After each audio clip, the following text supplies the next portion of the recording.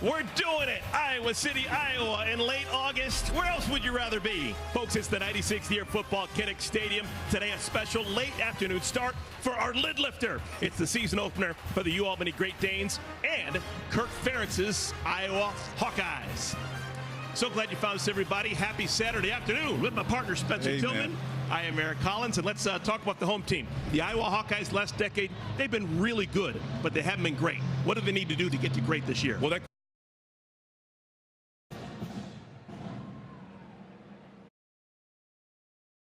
We're doing it. Iowa City, Iowa in late August. Where else would you rather be? Folks, it's the 96th year football at Kinnick Stadium. Today a special late afternoon start for our lid lifter. It's the season opener for the Albany Great Danes and Kirk Ferentz's Iowa Hawkeyes.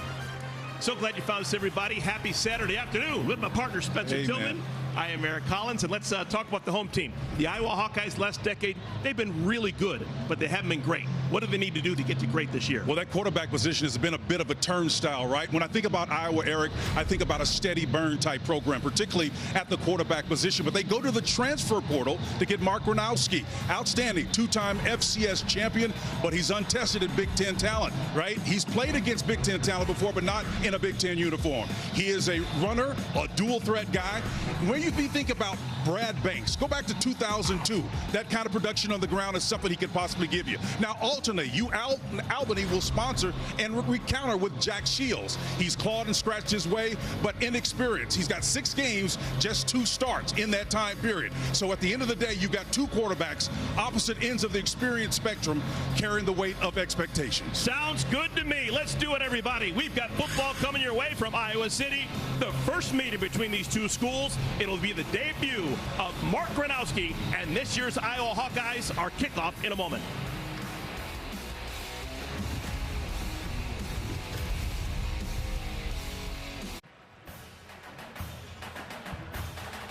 They love their football here in Iowa City, and why not? This has been a consistently productive program under the watchful eye of Kirk Ferentz, now in year number 27, calling the shots. First time we've ever seen these 2 teams on the football field together, and we've got perfect weather to do it. Temperature game time 78 degrees, a little bit of humidity, slight wind 9 miles per hour. I would sign up for this every single day in August in Iowa City if it was up to me. Yeah, we're expected to get a little rain possibly at halftime, but right now it doesn't get any better than this partner. Outstanding.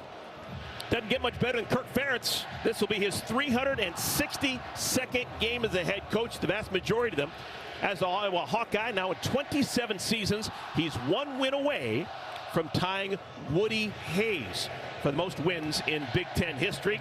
He'll be matching wits with the other end of the spectrum, Jared Ambrose, highly thought of.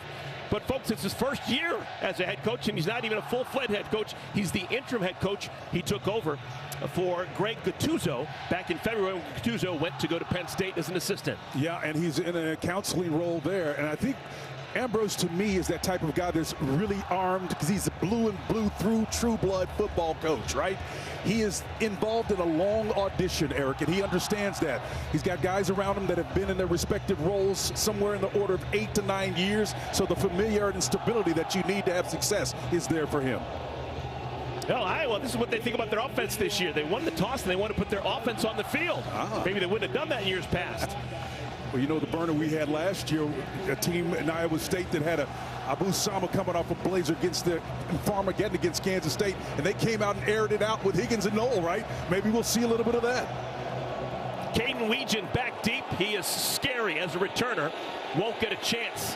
Ball skips out of bounds, and it'll be great starting field position for the Hawkeyes. Free kick out of bounds. Tim Lester has kicking team number 69. The ball replaced from 35-yard line. First down. That is today's referee, Jim Wary. So good starting field position for the Iowa Hawkeyes under graduate student Mark Gronowski's watchful eye. He'll break that huddle for the first time as a Hawkeye. Legendary career, 55 games, 49 wins at the FCS level, playing at South Dakota State. Well, he's a great talent, no question about that. But the issue is, can he perform at that consistent level at the Big Ten level? This is a big stage for him, but you know what? Demonstratability produces confidence, and he's certainly done that. A 2-time champion at the FCS level. He's actually played in this building before. As a Jackrabbit, South Dakota State actually lost, but just barely by a couple of points against Iowa. That's a couple of years ago. First snap of the game, pitch out, Kamari Moulton. He's going to be a big part of their offense. Good gain on first down. Yeah, that's a good 10-yard gain. And yesterday we had a chance to talk to Kamari. Pardon, one of the things that we see from him is what you just saw in that play. The ability to stretch a defense and then cut underneath some of those big offensive linemen that are in front of him. If he can continue to hone his ability to discern what's happening and assist his linemen as he runs, even though their backs are to him, he can help them by setting up blocks. Interesting to note that he ran behind his new left tackle, Trevor Lauk, getting the start. There was an open battle for the left tackle spot all camp long. Tight end out of the backfield. This is Addison Astrenga. 8 yards. The latest in the line here at tight end U. Here's the defense for the U Albany Great Danes. Their best defensive lineman, no doubt about it. Balansama Kamara, number 0, transferred from Temple. Nico Eberhardt wears number 8. Special story behind that. We'll get to that in a bit. And in the secondary, they really like Irv Wiggins, sophomore from Rochester, number 21. Gronowski's pass is wide of the mark in the direction of Seth Anderson. Really seeing some good things. Even though there was an incompletion, you got the guys in the backfield. As Gronowski said, that's on me, fellas. You got the backs picking up the exterior pressure coming on the outside. That's good to see from Kamari on the outside there. That was impressive for a young guy. So it's third down and short. Hawkeyes, as per usual, very comfortable with their offensive line. 3 returning starters in Stevens, Jones, and Dunker. Let's see if they run it.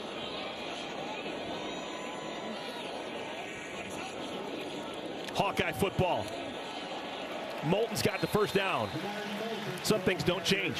Yeah, it wasn't pretty, but 3 yards will get you first down. Love the tight end wham coming down. Watch 87 come down. He's coming from that short motion position inside. He's going to get that in man on the line of scrimmage and trap that play. Allow Mouton to get in there and do a wonderful job of getting those 3 yards in the first down. Terrell Washington in the game next to Gronowski in the backfield.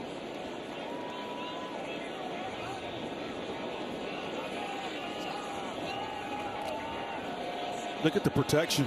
Gronowski has to escape. He's got good wheels. Makes something out of nothing. That's a gain of 6, maybe 7. Zakar Morris makes the tackle. Yeah, that's a good solid 5-yard gain, but it's the ability to subtly move. Listen, there was not a lot of room in the pocket there, but I want you to watch Mark how he slightly turns his shoulders upfield. He comes off the initial read. Again, this is not a lot of wiggle, but just enough to slide outside. That's first of 3 plays on which they've worked on number 9, Sango, on the outside. He got contained and captured on the previous play, and then again getting worked on. They're going to continue to work that side of the field. Washington still in the game as the deep back. They put Weegan in motion. Washington. That's a good open field tackle. Cam Stadgil. Yeah, I think right now Tim Lester feels like he can exploit the right side of that field. And you know how Iowa, once they get on board with something, they're going to wear it out. Here you're going to see a base play off the side, short motion to the short side of the field, coming straight downhill. This is just an ISO play to allow the big H back and the fullback, whatever the tight end is here, there may be 3 different iterations of them. They are basically linemen by extension. They're going to get helmet to helmet with somebody to clear a path for a runner. Third down and 2. Moulton back in the game. He's got a tight end in front of him. Play action. Open man is the tight end. That's another first down. They've been doing that for a long time here at Iowa. Hayden Large, first catch of the season. And I got to tell you, partner, listen, I know I'm an old running back, but Moulton, man, he does a wonderful job of picking up this block. It doesn't look like it's a nasty block, but it's going to do much, but it's just enough to allow the quarterback to get that ball out of his hands. Again, just staying in between the defender. That's outstanding protection. Moulton told us he's gained 10 pounds this offseason. He's going to feel like it's 10 years at this level, man, because he's not the biggest guy in the world. First down and 10. Washington's in motion. Nice. Design quarterback keeper. Gronowski inside the 25. That's an easy 8 yards. You know, I just absolutely love this play here. It's basically against an even front. What we mean by that, folks, at home, is usually just 4 down linemen up front. And he sees that. See, the guards are covered. He sees that. He's got a center, an extra blocker. He says, this is easy picking. We've got 3 to block their 2. I'm going to take that anytime. they'll do that same thing, Eric, in the throw game as well. If you see two deep corners back here and they got a chance to throw it or run it, he's going to run the ball. Ninth play of this drive. Moulton's got it. Ton of room. Moulton has the first down. I'll tell you what, playing that hero position, Denzel Patrick came number 2, came up and popped him pretty good, but it wasn't until after significant yards. So here you got an unbalanced front here, stretch play to the left side, and again, Moulton's got the ball in the proper hands, seated outside so he can take that blow, but that's just a big-time spot. Hey, if you're wondering why they call that spot the hero spot, he hits his head on the goalpost if you don't make that play. He's a hero. 2 tight ends in the game, both right side, Estrenga and Large.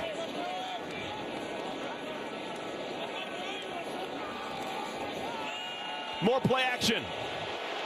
Wide open in the end zone. Good golly, that should have been a touchdown. Sam Phillips was lonely. Sanogo was on that far side and chasing him. He finally stayed at home, and so you're going to see number 9 in his face. Discourages him from running the ball, but he's wide open. What sticks is what they call him.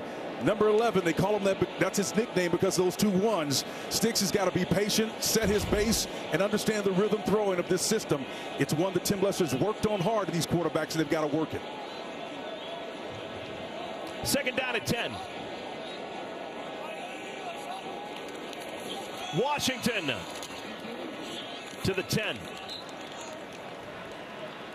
Kamara with the tackle, gain of 3. Yeah, those were painful 3 yards too, Eric. I kind of like to see him be more instinctive when he comes inside. And again, that's where discerning blocks really becomes difficult. It's really antithetical for a smaller back because we don't necessarily gravitate toward contact. We're trying to run away from it.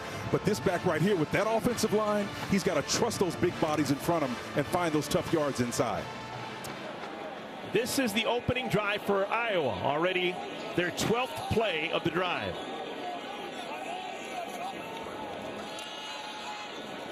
Nice. Dump off. Pass is too high. He was trying to lead Washington. And that's the second time we've seen Mark off platform is what we call it. When the quarterback is not settled in a position where he's ready to make a complete throw. And as a dual threat guy, you've got to work extra hard to do that.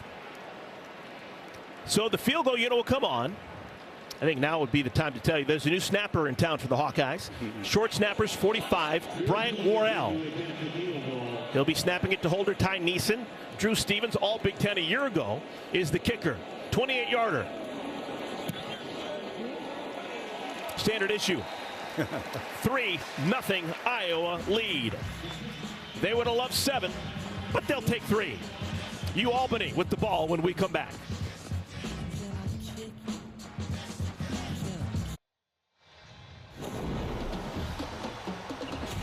Time for today's Game Flow, sponsored by Progressive.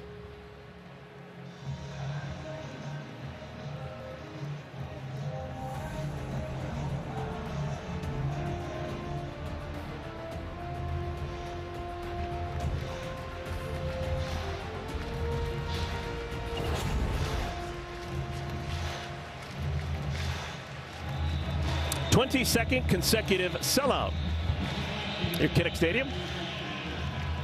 Well, it's amazing how the success here can spoil you. You know, that last drive seemed like it was nondescript, but 7 rushes, 5 passes. That's classic balance for Iowa. Took a lot of time off the clock. We're here at 8:51. The opponents haven't even got the ball in their hands yet. Albany's going to get the football for the first time. Back deep, LaSalle Rose, Caden Birdie. And neither will get a chance to return. It'll be a touchback. Ball to be moved to the 25. All right, chance now to talk about the offense for the Great Danes. This will be the first start for Albany for Jack Shields. Let's see what jumping Jack Shields has, man. He's got a lot. He's been around a long time. The issue is just only 6 games that he's played in, 2 of them with starts. Again, kind of a various sundry reasons for why he's missed that time. But again, he's been around a long time, so they're hoping that some of that just even being around will help his courage when he comes on this big stage here. Griffin Whittell is the tailback. Next to Shields. And they start with a pass. Nope, keeper. Shields has got it. Gains a couple. Slammed to the ground. You know, Jared Ambrose, head coach, he's also maintaining the play calling responsibilities as well. Let's take a look at lineups for Albany. Offensive lineman, probably the best one's left tackle Emmett Harris. He is from right outside Albany, went to Shaker High School. Backs and receivers, we're going to see a lot of Woodall. We'll see a lot of Jojo Uga. This is a team last year 4-8 overall, 2-6 in the Coastal Athletic Association. Woodall trying to get to the edge, not able to. Deshaun Lee trips him up, no gain. I'll tell you what, that right cornerback position, he's strong. Now defensively, the strength of the Hawkeyes is up front. These guys got a lot of experience in Graves and Llewellyn and Herkett. Bryce Hawthorne is a transfer from South Dakota State, same program that produced Gronowski. 3 new linebackers, all guys making starts for the first time. Secondary, the corners, Hall and Lee, with a lot of experience, along with the free safety this year, Xavier Wampa. Third down. Pass is caught short of the line to gain. Tavari Groves is hammered. It'll bring up 4th down. Yeah, had a little pressure there coming from depth. Here's the pressure coming from depth. Watch number 43 on an inside game. The twist on the outside from the defensive end. That was Herkett. Ethan Herkett, the right defensive end, comes underneath and gets him a great shot overhead. Got to pick him up, otherwise he's going to be in your lap all evening. Albany head coach Jared Ambrose was saying he's going to be the most aggressive team in America, but not this aggressive to go for it on 4th down here in the first quarter. This is not where you want to test fate, that's for sure. Caden Weegen's back deep.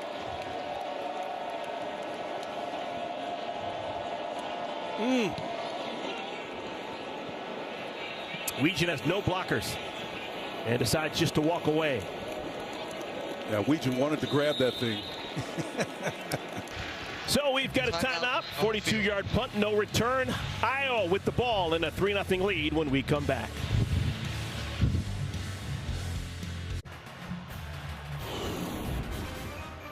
Welcome back to College Football, sponsored by Graduate by Hilton. Spirited stays in your favorite college towns. So far, so good for the locals. Iowa leads Albany 3-0. Their first drive, 13 plays, 55 yards, and the field goal.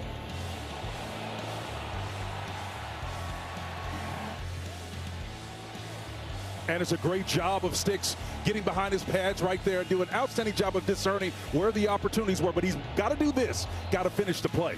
Off platform on that particular play, he's got to understand where the open receivers are, and then when they're there, he's got to finish it off. And I think those are 3 things a quarterback's got to do. He's got to be able to discern those threats, call those plays. Even though a play may come in, he may see a front that doesn't lend itself. You don't want to run into the teeth of that, Eric. And so you get out of the thing, right? He has that latitude. He's got enough experience that they trust him in that capacity. Gronowski working with a offensive coordinator in Tim Lester, now in his 2nd season in Iowa City.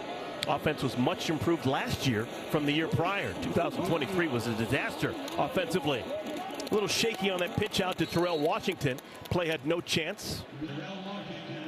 I'm just not quite sure what Terrell's body position was. And it looked like they were in his lap from a defensive standpoint. It's just a 4-man front, but I'm trying to see if he's trying to read that. Oh, it's on his back shoulder. That's what happened. So Gronowski's got to put that ball in front of him so he can continue his path. He put it on that back shoulder, and he had to hold up and wait till that ball, with guys in his face, too. That's lucky to get out of that situation alive.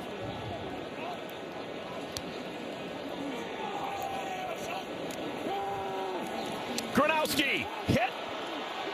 And he's called in the grasp. That's a big boy. He's hard to bring down. He was hit hard by Nick Totten.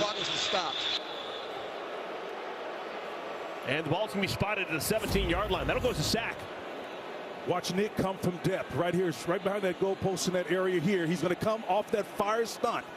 And number 11 sees him, but he can't get help out there fast enough to help him on that particular play. Just a bad opportunity. Bo Stevens, the left guard, sees him, but he sees him too late to come off of it to help his quarterback. That one hurt. Well, that gives you an idea how big and strong Gronowski is. He's listed at 6'2", 235 pounds, and it takes a bunch to bring him down.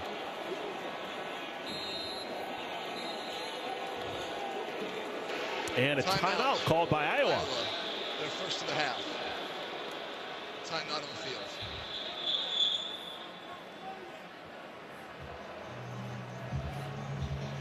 Okay, so we've got a timeout. It'll be a 3rd down and 18 for Iowa when we come back.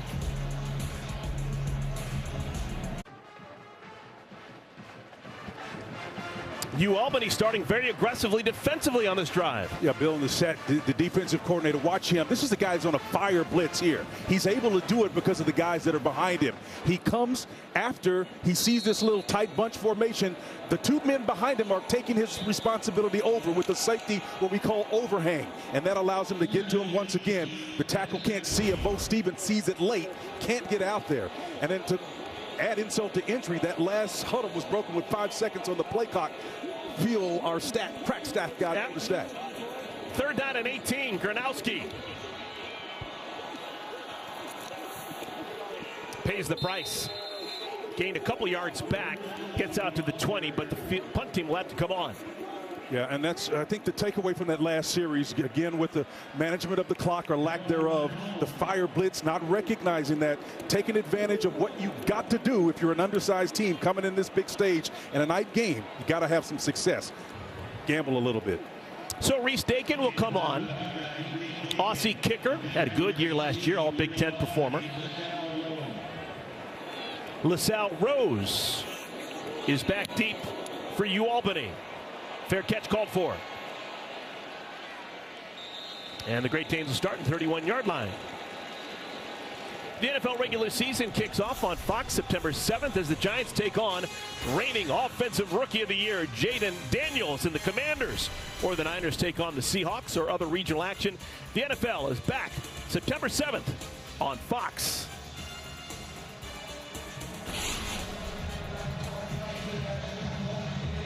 Now, Albany a couple of years ago had a very young Jared Verse.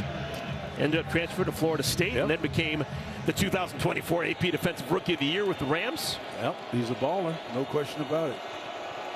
But it all started at the University at Albany. Griffin Waddell makes it through the first wall, but not much more. Cohen Entringer makes the tackle, one of the captains. Entringer, the junior from Ypsilanti, Michigan, gain of 4. Got some good help up there from Josh Gaffney and company. Jackson Nixon was also, that tackle was helping him on that left side. These yards are going to be tough to come by against a Phil Parker defense. There's no question about that. I don't care how many linebackers they're replacing. That front 4 is typically an elite one. As you pointed out, Eric, 10 straight seasons they've been able to produce points and be pretty stout, holding teams at under 20 points a game. Ooh, that would have worked. Trying to flip it out to the tight end, Carter Moses. He was open. Pass too high. Jack Shields, last time he started a game, September of 2023. He was Old Dominion at that point. Game against Marshall. Spent all of last year at Buffalo, but never actually threw a pass. So it's been a while. Well, and that year was actually his best year. That was the most production he had that year. It was, I think, somewhere in the order of 430 some odd yards, and it's not a big number. 3rd down. Keeper Shields. Oh my goodness, did he slide in time? He may have slid before the sticks. We'll see where the mark is. I think he's going to be short. He needed 6. He slid after 5. Yeah, watch Wamka. He comes from that free safety position, number 1, and we'll see where he is relative to the feet. Yep. You know what? I think he's going to be pretty close. He's going to be short, just in front of that wing on that Hawk. That's where you start your slide. Yep. They're going to go for it. Wow. This is the aggression that Jared Ambrose talked to us about. Soft spot on the left side, but the late movement should get him out of this. Get out of this play. Don't run it. And they see the same thing you saw, Spencer. Albany has to call a timeout.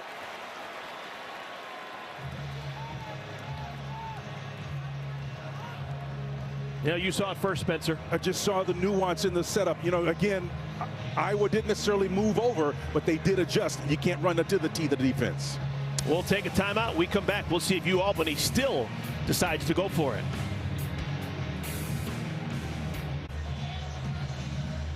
Well, Albany, they're going to go for it on 4th down and 1. It's 4th down and 1 because their quarterback, Jack Shields, gave himself up too early, Spencer. Well, I guarantee you that Coach Ambrose has talked to him about understanding where you are relative to those markers on the field, right? It's just part of what an experienced quarterback has got to understand to have success. The way this offense runs for Iowa, you're going to have fewer possessions, so every possession you have comes at a premium. You got to get that first down. So they continue with the offense on the field. JoJo Uga, number 0, is next to Shields. It's a late overshift. Again, that's what they did right before to call him off on that play. They want to run to the weak side, to the right side. This is a great formation to do it against. Uga's got it. And Uga oh no, goodness, what a play fake. Nice. It's a keeper by the quarterback, and Shields has the first down. Well, that's what their intent was, Parker, to go to the right side, partner. They wanted to come that way, and it was a nice design fake, no question about it, because Iowa was in an overshift to that side, and it all looked like you would not want to run into the teeth of that. I think it's a great play design, great call by Jared Ambrose. Shields with enough legs to make it happen, and that is first down for the Great Danes. Ball right smack dab middle of the field.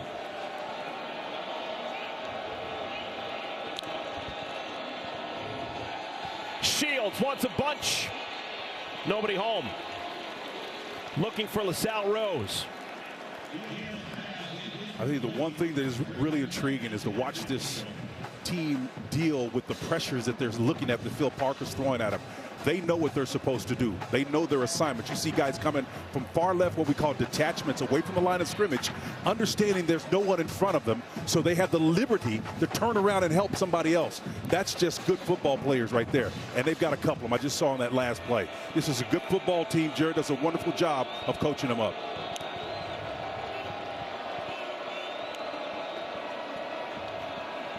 Shields. Nice. Incomplete. All that needs to be caught. He was looking for the tight end, Moses. Good pass. Yep. Cohen Entringer there, number 4, the strong safety. Watch him, he's in his hip pocket. They've got man across the board. He knows he's got help over the top, but they're going to banjo him. In other words, put it right between the two. But it's basically man coverage across. That's Entringer does a wonderful job of coming down out of that strong safety spot to make a great play. Would have been enough for a first down. 3rd down and 10. This is that cover 2 look right here. Middle of the field is the weakest part. Let's see if they exploit it. 3 straight incompletions, and Albany's up against it. 4th down. Not quite sure why they didn't want to go to the wide side of the field. And, you know, that undermines 2 things. This is a pretty stout defensive unit. And remember now, the further you are away from the ball, the longer it's going to take and the more time the quarterback needs for protection. I don't trust it. I don't care how many young linebackers Phil Parker has. I'm not going to give that quarterback that much time to throw that ball. Weegan back deep. Returned a punt for a touchdown a year ago. Also returned a kickoff for a tutty.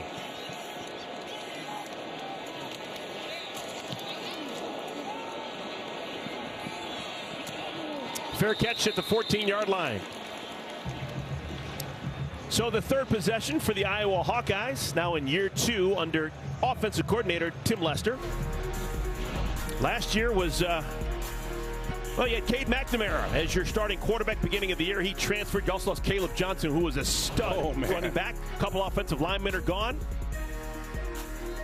For the most part, the offense was a success in the first go-around under Tim Lester. You compare the numbers between 2023 to 24, and virtually an uptick in every category. I think what Tim is looking for is leaning and banking on the championship success that his quarterback has had. But to this point, at least in this game, in this first quarter, he's had some struggles with executing the plays.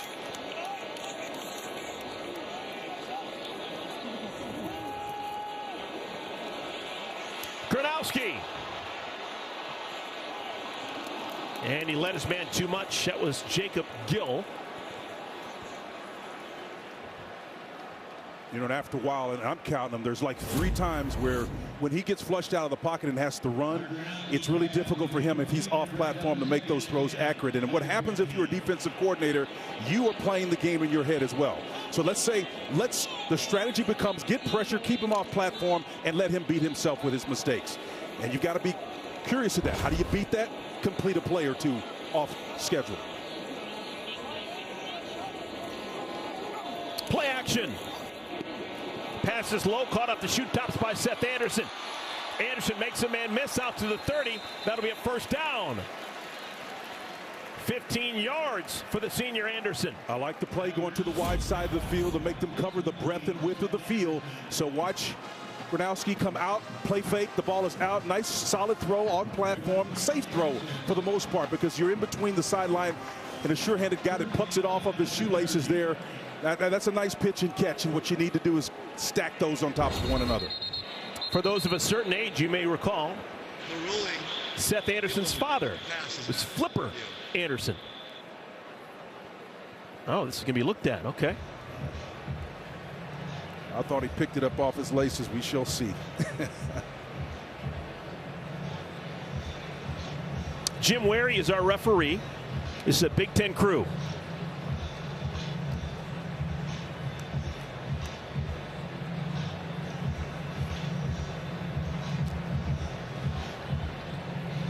All plays under review during the game are brought to you by Hawkeyes Credit Union.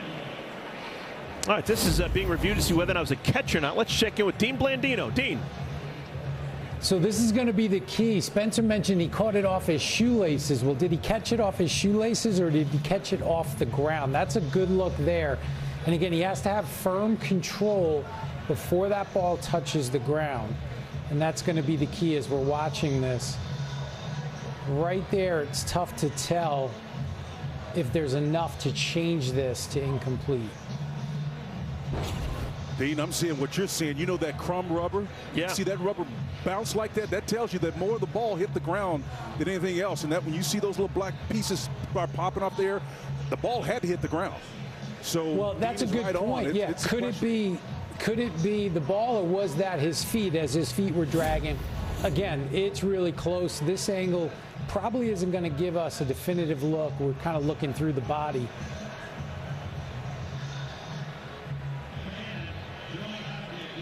This is your best look right here. Yep. Now the call on the field was completion. That's going to be incomplete, though.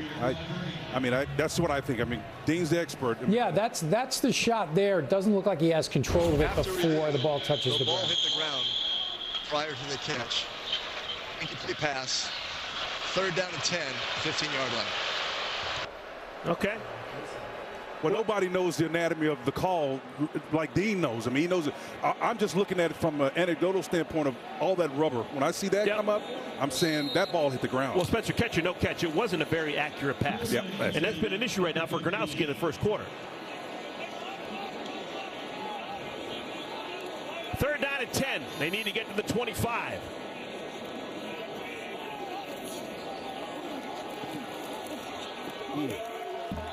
Incomplete. Looking for KJ Parker. Good close defensively. That was Irv Wiggins. Talked about him early on. He's from Rochester. Just a sophomore, but he has got a bright, bright future. Breaks that one up. It'll be a 3 and out. And, partner, here's how I see this performance so far. It's like compound interest, right? The more you do something that you should be doing correctly, incorrectly, it increases the confidence of the defense. That was the big question coming in. Could this guy step up at the next level and have the same kind of mad consistency he did at the SCS level? To this point, you have to say it's a difficult truth. No. He's 2 for 8 right now. Fair catch called for, made at the 31 by LaSalle Rose. And Albany will get the football back. That was a 54-yard punt. A net 54 with no return. That's not bad. I mean, just say this for the record. I think this quarterback is going to be great. He's going to be fine. No question about that. He just needs to get settled in. Yeah, another caveat, too, with Gronowski. This is his first game action in a while. Didn't get a spring ball. He had an off-season shoulder injury. Says he's 100%, but you still got to get your reps in. Yeah, he took the plays in virtually and played the game, as it were. And again, it's true. I mean, the rules off the field are affecting how teams prepare these days. So not everybody's doing a lot of hitting anymore, but live work can never be replaced. Keeper Shields picks up 4 on first down.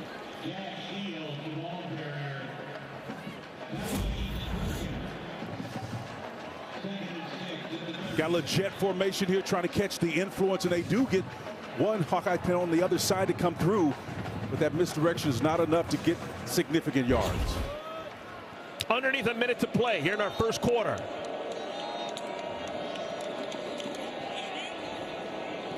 Low and caught. Yep. Caught by Josiah Barron. That's another first down for you, Albany. Yeah, TJ Hall, number 2, was squatting at the corner spot over there. He's camped inside with his eyes inside, but he turns all the way around. I think it's an unnecessary move on his part. I think TJ Hall, poor technique here. I think he's a foot closer to where the action needs to be if he doesn't spin and turn. He's got help over the top.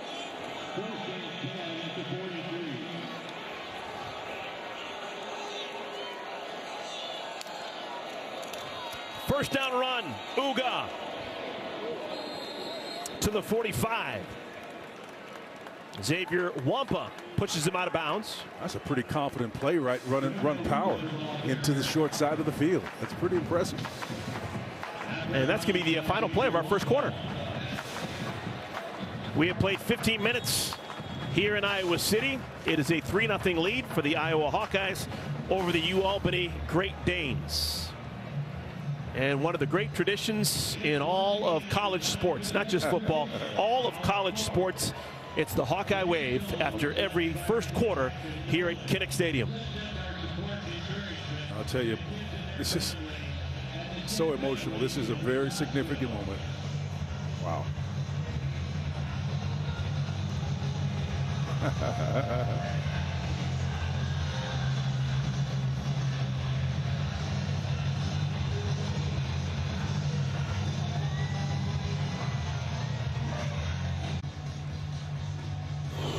Welcome back to college football, sponsored by Graduate by Hilton. Spirited stays in your favorite college towns. With Spencer Tillman, I'm Eric Collins. Start of our second quarter, UAlbany. They haven't gone away. They're not afraid. They've got the football down just 3-0 against the Iowa Hawkeyes. It is second down for UAlbany. Great Danes being led by Jack Shields, his first game at UAlbany. Now I understand why I was thinking about Dustin Hoffman last night. I just kept waking up out of my sleep. I couldn't figure out why. Holy cow. Griffin Waddell in the backfield behind Shields. Now next to Shields.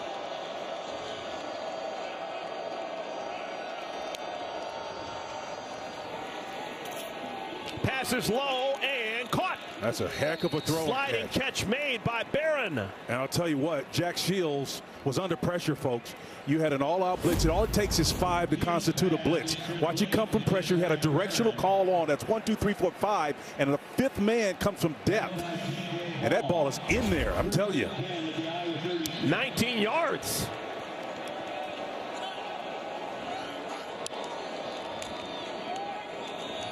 Waddell. That'll be a penalty, partner. There's a flag down. Haven't seen many of those. I'm not complaining. That's the first flag of the game. Illegal formation. Yep.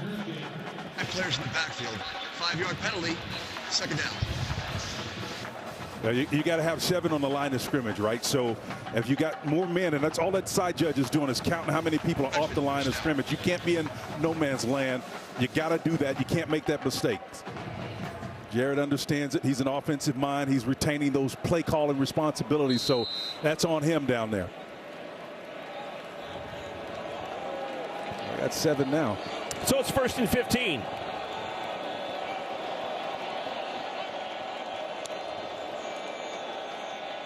Waddell out of the backfield.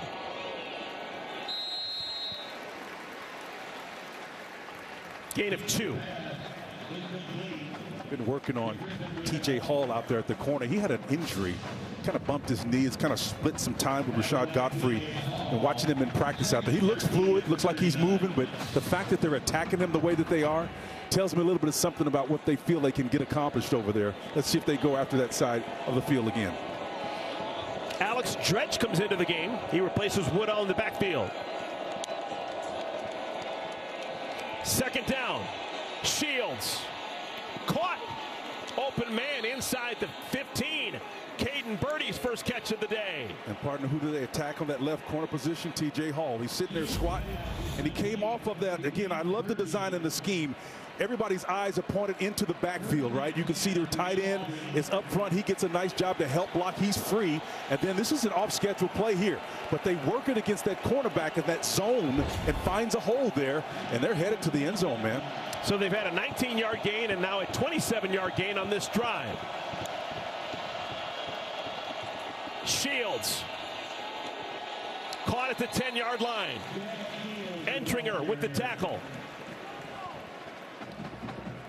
That was Zach Luntner, too. He's involved in it from that strong safety position. You'll see him and Cohen Entringer in there as well, number 4 and number 6. They are active on the back end, but they're on the doorstep now. So you're going to see more pressure when you get down in this green area. Green is 5 yards in, 20 is the red zone. Everything gets compressed, so you're going to get hit faster with more urgency, and you've got to execute to counteract that. Ninth play of the drive. Nice execution. Dredge to the 4. Short of the line to gain. They'll bring up 3rd down. I tell you what I'm liking, what I'm seeing right now from Jared Ambrose. Distribution up the field. The first few plays to get him down there were to the right side. Now we come back wide to the left here, and they're making Iowa defend the total breadth and width of the field. And when you get guys cognizant of that, you're going to have some opportunities. 3rd down and 2. That guard and movement on line. That tackle moved. That's going to go against Albany.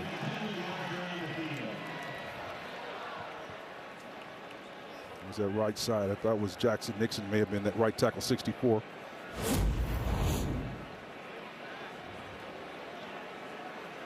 Yeah, the guy inside of him. So you had this Josh Gaffney. Full start. Offense. 5-yard penalty. 3rd down.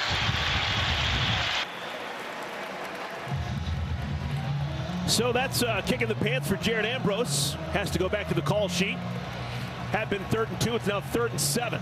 Well, one thing on the big stage you can't do is have those self-inflicted wounds. You know, you're at a decided disadvantage coming in here, but you can't hurt yourself.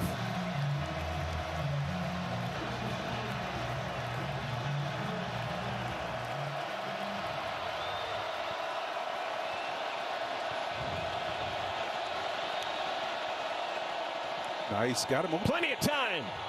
Back of the end zone. What do we got? Touchdown. LaSalle Rose. And the Great Danes jump ahead.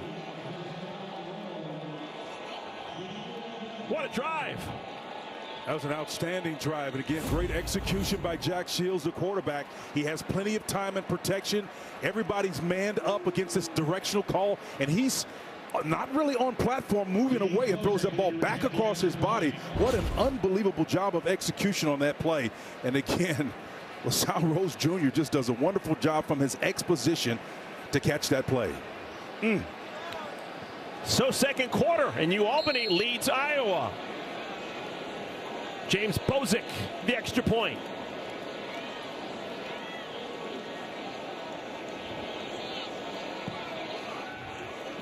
You betcha. Wait a minute, you got a flag. I think you got a flag here. There's going to be movement up front on the defensive side as a late move.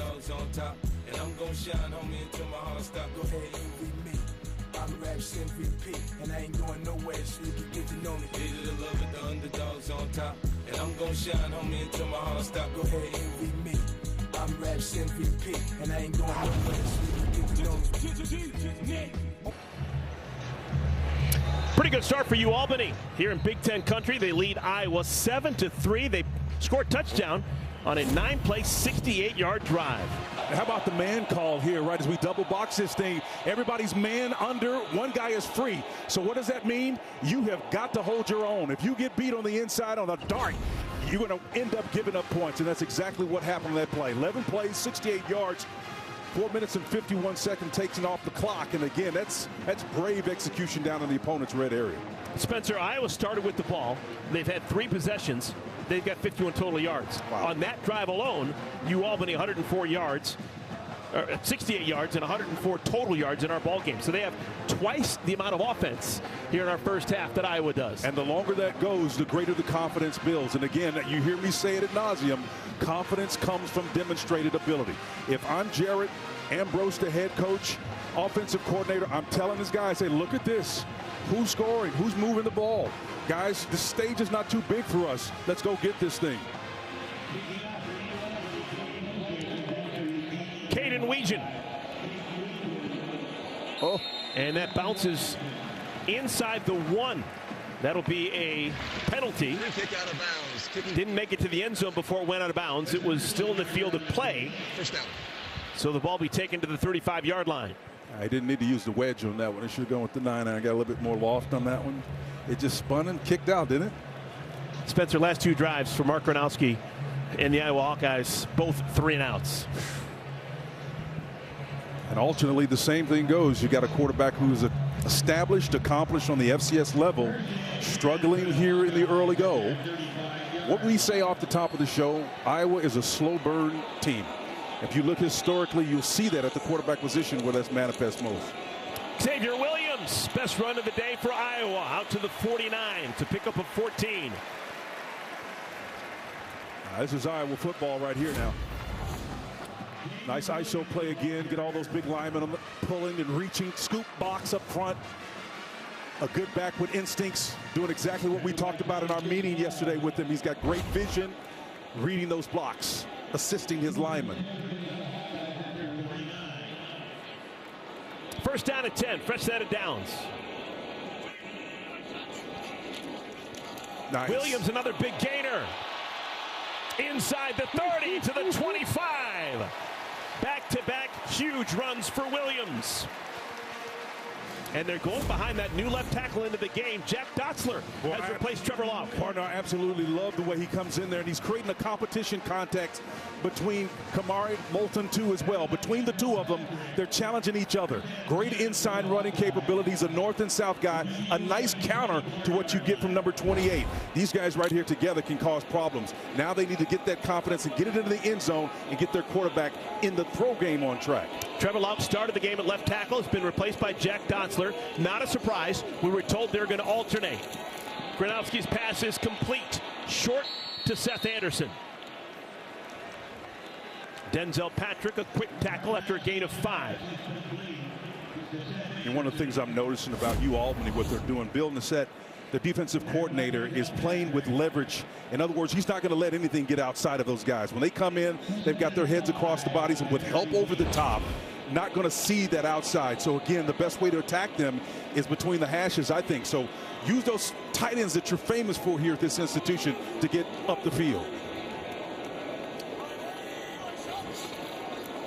Washington has the first down. Yeah, if I'm grading him, partner, I'm saying low man wins. It's 7 yards, but there's nothing lucky about the way this finishes. When you finish with your pad level higher than the defender, this is physics right here. Low man wins. You can't win that battle. Great 7 yards getting it, but down here you got to earn every bit of it, man. Get those pad levels lower, and you can win those battles.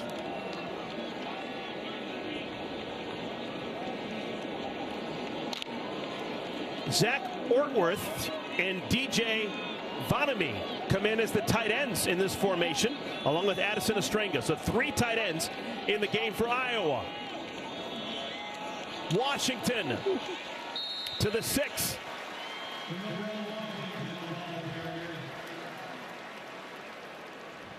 Tell you what I like, the moxie of Joe Camara.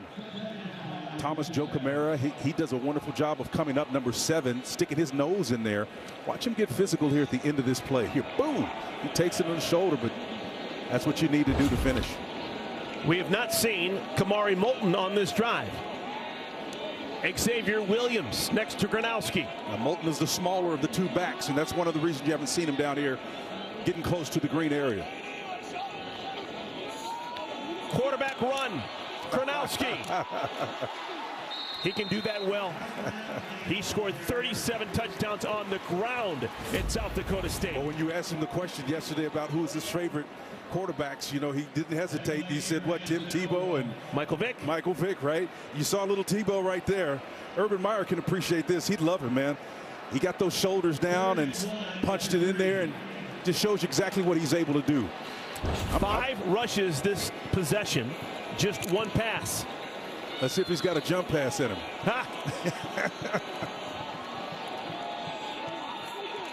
Xavier Williams, touchdown Iowa.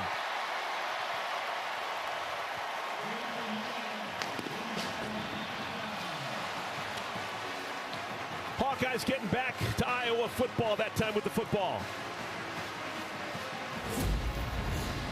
Well, this is just great Iowa football right here. Look at all that big heavy meat, inside trap block. Even though it gets blown up and there's really nothing there, the big fella goes and sticks his nose in and creates his own cushion. Sometimes you got to do that. Williams does a wonderful job of making something out of nothing. Those guys try to do it, but Albany did a great job of squeezing that down, making it tough. Stevens makes it a 10-7 lead for Iowa. 7-play touchdown drive. Iowa getting it done on the ground against Albany.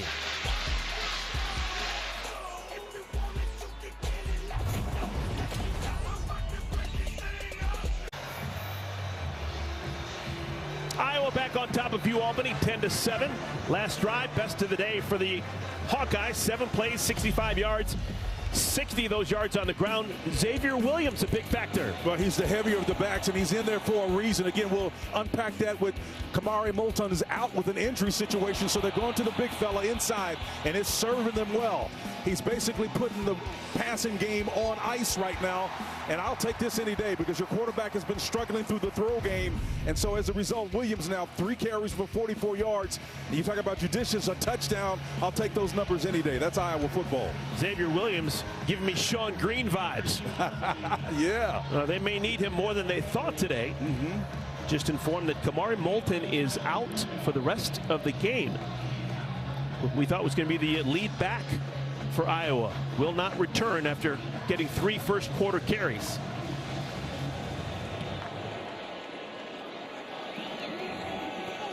Returnable for Rose. Never really got started. Poor field position for Albany.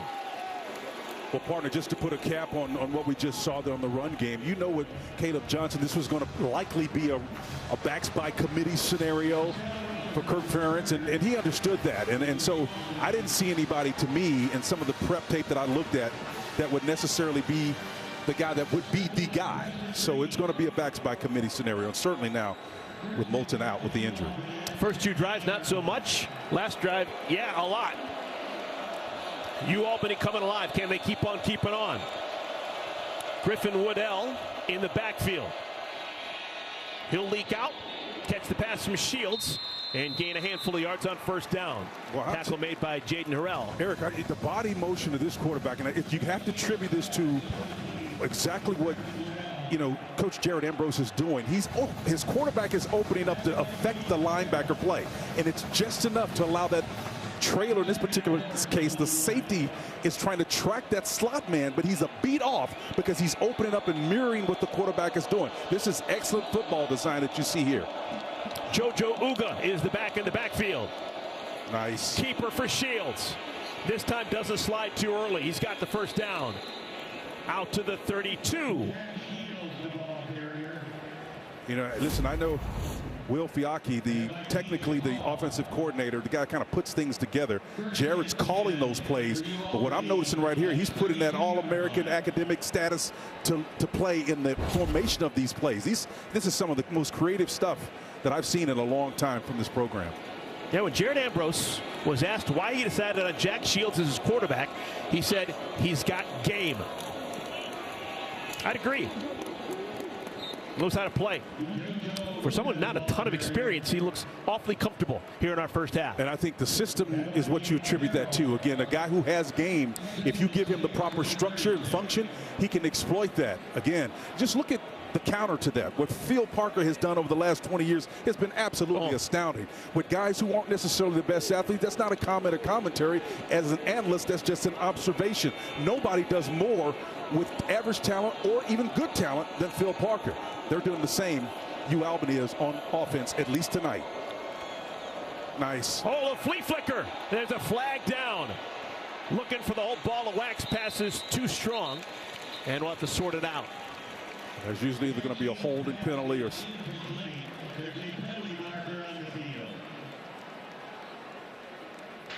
Illegal formation.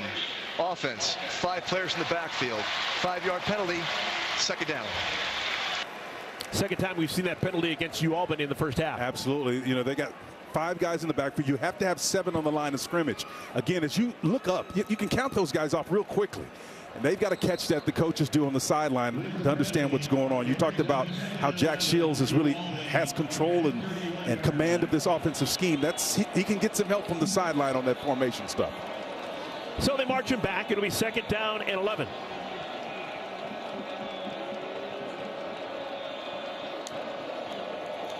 Blitz. And they force an errant pass in the direction of Barron. It's now 3rd and 11. I just ran out of time on this one again. Phil Parker's defense, a nice what we call directional cars. Everybody is moving to the right side. It's called a starboard charge. Star, star, star. Everybody moves in unison to the right. If it's going to the left, nautical term.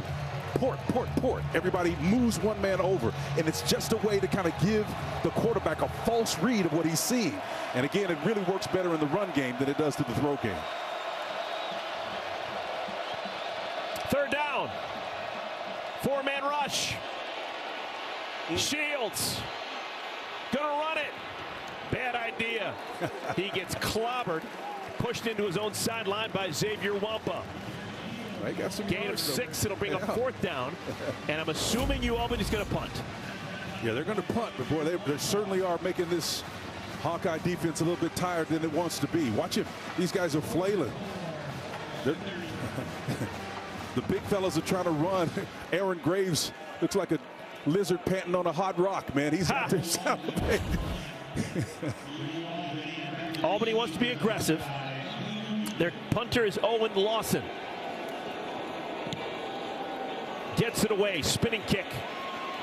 Weegan on the run. Whoa! Look at Weegan. Caden Weegan making something out of nothing to the 39. That's a 17-yard gain for the All-American. Looking like Tim White, baby. Wow, high praise. Timeout on the field. Weegan earning the scholarship. We've got a timeout, Iowa football, when we return.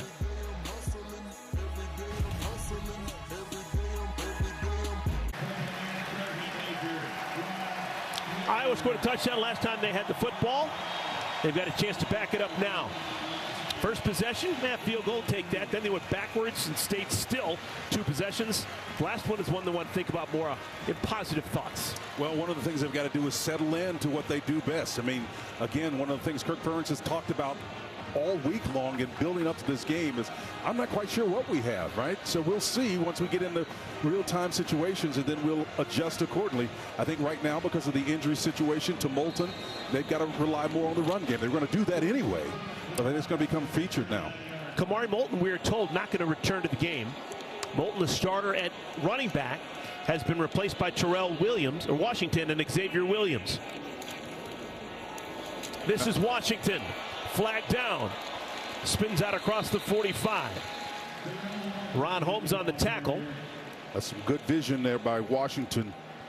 He's only about 206, 5'11". That's probably stretching it. Offside. Defense, number 9. Lined up in the middle zone. 5-yard penalty. Replay first down. Abraham Sanogo. But you can see Abraham's penalties declined. Right there. Result of the play is earlier. 2nd and 1. You can see those hands are down. He's in what we call a semi-wide 9 technique. Usually they get kind of at an angle where they can see and pin their ears and come back, but he was just literally on the other side of the line of scrimmage. So Kirk Ferentz decides that 2nd and 1 is better than 1st and 5. I agree. Yep.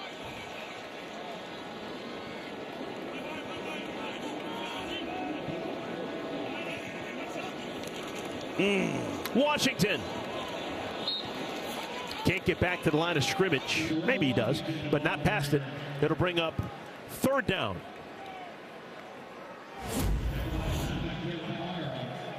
Yeah, if you're going to try these corner cat blitz, watch Irv Wiggins Jr., number 21. He comes in and just get hammered on that opposite side. You can see him there. He gets blocked out of the play, and that could have busted out on the edge if he had really made a mistake and just couldn't get to the ball carrier from his position. Gronowski's a big boy, 235 pounds. He'd be hard to stop on a keeper.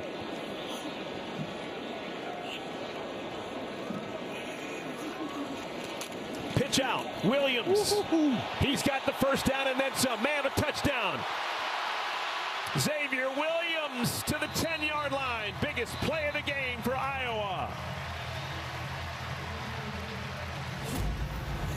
Well, you know, we saw Denzel Patrick, number 2, playing that hero position, right? But now Jaden Estes, number 10, is going to be in that hero position. And watch him. He settles. And the problem is he waits and gets stutter stepped on. Ball is placed in the proper hand on the outside, so he has it free to block him. That's a wonderful job of running. 43 big ones for Williams. Now looking for the end zone. Dragged down at the 5. He is knocking on the door of 100 yards. All of it coming here in the 2nd quarter. You know, the big mistake that Jaden Higgins made trying to stop him is he paused and gave him a cushion in between himself and the boundary. He should run and put his head across the body and just trust his help to come behind him, but never give a back like that a 2-way go and stay on his inside shoulder.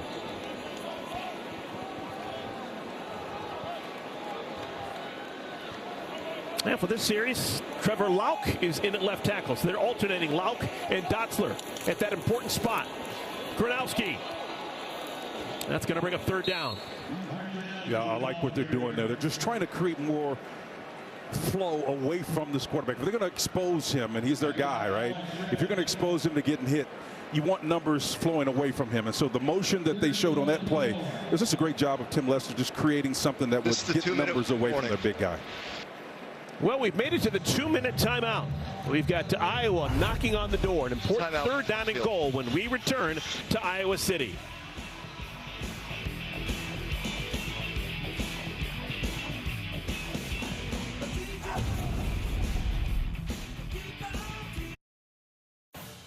Coming up on the State Farm Halftime Show, Texas and Ohio State came down to some late game drama. Number 8 Alabama struggling on the road in Tallahassee. Plus 22nd ranked Iowa State dominates ahead of next week's battle for the Cy-Hawk Trophy.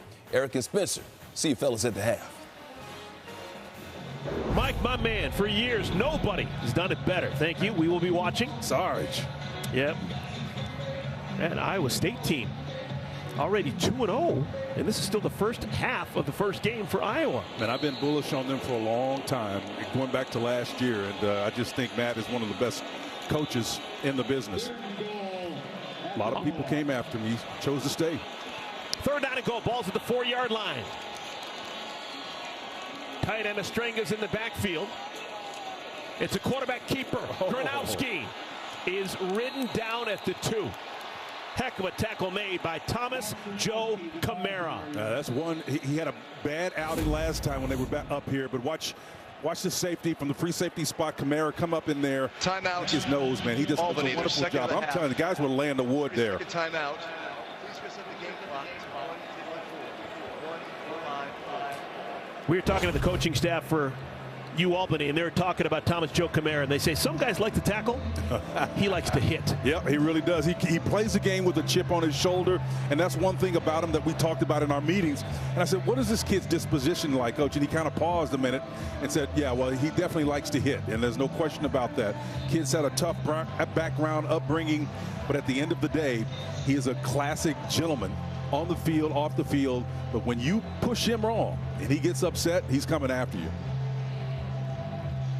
And that's really what you want on the defensive side of the ball.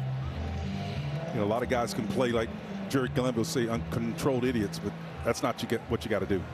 Iowa's got their offense still in the field. How about that? Oh, my goodness. On 4th down and goal from the 2, this is some new school, Kirk Ferentz. Well, this is how you line up and you say, hey, look, the last 12 plays were runs, only one pass. I think they're going to run this one. Xavier Williams in the backfield next to Gronowski. Clear it out. They want to pass. Oh, Good golly. God. Wow. Wonderful decision. It's a touchdown. Caden Weegan. On 4th down and goal from the 2, New School, Iowa throws it to the end zone, and they lead 16-7. I love this play selection with Tim Lester and Kirk Ferentz. I guarantee you has some input in this. They haven't had success throwing the ball, so they've run it predominantly, as I mentioned, 12 consecutive times. So you come out in a formation that looks like a run, but you get man coverage and just say, hey, pitch and catch, man. Drew Stevens has been automatic for years on these extra points. No reason to change now. 17-7. First touchdown pass for Gronowski as an Iowa Hawkeye. Well, again, there's nothing crazy about this. You know, those 3 points that we talk about, what you've got to do as a quarterback, come to the line of scrimmage, discern where the threats are. You've got time to do that one. He places it exactly where it needs to be, down, low, and away, where the catch can be made, but away from the ensuing defender behind him. And he's got nothing but man coverage behind him. All you got to do is be accurate, make a play. That's nice to see Weegan do something there as well. He's a grad student who's known mainly as one of the best returners in the country, if not the best returner. But there's going to be some opportunity this year. Just earlier this week, a real tough pill to swallow. Reese Vanderzee, freak injury during practice. He's going to be out for a while. So some reps available at that receiver spot. Well, Vanderzee was the guy that they're going to rely on to add some maturity in that lineup again, because they've lost a lot. Again, when you combine that with what they lost on the defensive side of the ball with Jay Higgins and company, Caleb Johnson, the running back, those were key losses that they lost. They needed some guys. There were other guys like Brendan Sullivan. If you go all the way back to 24, Jackson Stratton, they've had guys that have been contributors that they needed to replace. Now you're starting to see guys step up and make plays.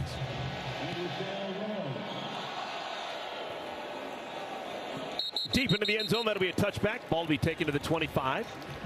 The IndyCar Series rolls into Nashville for the season finale, where Alex Palou looks to cap his historic campaign. That's tomorrow, 2 Eastern on Fox.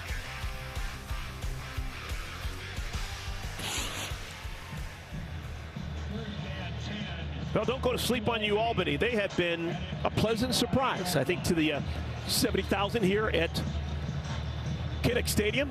They haven't rolled over and died. They've had some impressive moments here in the first half. Well, they played effectively. They've been aggressive in the red area. They've made some individual plays, which is what you have to do.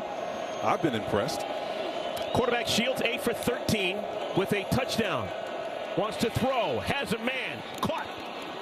Good start to the drive. That's Caden Birdie. And partner, another thing that they've done is they've handled the pressure up front, and the quarterback has thrown several times and completed passes like that under duress. You can see again, away, you see an edge rusher come on the outside and do a wonderful job of just blocking that aggressively. That's Jackson Nixon, the tackle, number 64, blocks that pressure and extends the corner so the quarterback has time to throw. 2 catches, 52 yards for Birdie. Ball's at midfield. Pocket collapses. Shields goes down. That's Llewellyn. Max Llewellyn, first sack of the year. And I think Jonah Pace was involved in there as well. Llewellyn is the guy that gets credit for it, but watch 91 on the inside of the nose. He gets the arm over, and he just does miss. And but for the fact that he closes off the other option that Will has, he doesn't make that sack. So, again, he's going to get an assist on that play for funneling the quarterback that direction. Clock continue to move.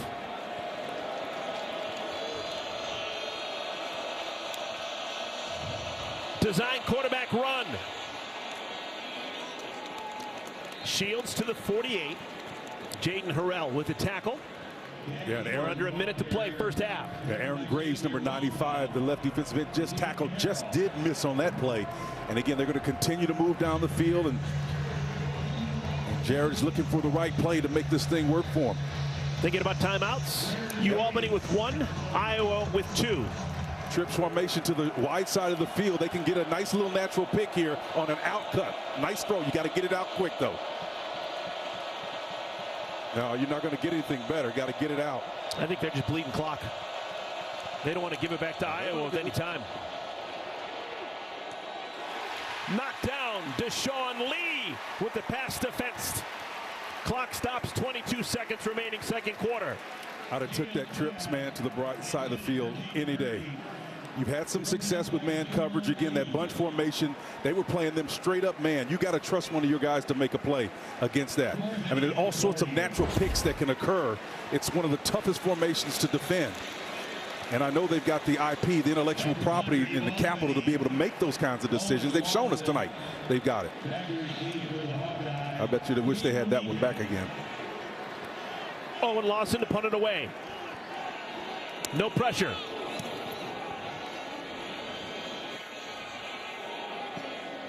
Ball bounces and more time will come off the clock. And this just ensures that Iowa will take a knee. 39 yards on the punt. It's a net gain of 39. Good job by Lawson. And I can't imagine a world in which this isn't just a kneel down for Iowa. Go in at halftime, adjust, get your second win, as Billy Joel would say. Don't forget your second win. Come out and try to get a win. Story for Iowa in our first half, not only the debut of Mark Gronowski, but also losing Kamari Moulton, who much was expected of in the first quarter. Haven't been told exactly what the situation is, but we were told that he will not return. Xavier Williams has filled in admirably.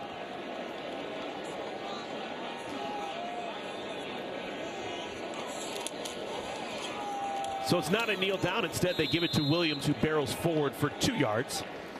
And that'll do it for our first half of play here in Iowa City. The locals will take it. Albany put a scare into the Hawkeyes, but Iowa punches back. They lead 17-7 at intermission. Now let's head into our LA studios with Mike Hill, Chris Peterson, and Bruce Feldman. That's right. We're here in L.A. Welcome to the State Farm College Football Halftime Show. Like a good neighbor, State Farm is there. That's Coach Peterson. And that is Bruce Feldman. I'm Mike Hill hanging out with you. Iowa on top, 17-7 over Albany. You got Mark Gronowski. You expected that passing game for Iowa to kind of take off. It's been grounded so far. But even without Caleb Johnson, the Iowa offense, when it comes to rushing, they still know how to use that ground game. As we take a look at the State Farm halftime highlights, they got 160 yards on the ground. That's what's keeping them in it. That's what's having the lead right now. And that's always what Iowa's going to be about. But I think you see Gronowski just off a little bit in some of his throws, kind of on the move. Bruce, you kind of made a comment, he's a different style of quarterback that he's been. He's kind of a power runner and those types of things. My sense was he was kind of the Tim Tebow of the Missouri Valley and of FCS. I mean, he won every award you could win, led him to a national title. 130 total touchdowns, completed 64% of his passes. But there was a little bit of Tebow-looking throws on the downside where the accuracy was a little shaky. But it's the first game. I mean, I think he's a big upgrade compared to what they've had. Yeah, and so he didn't get spring ball.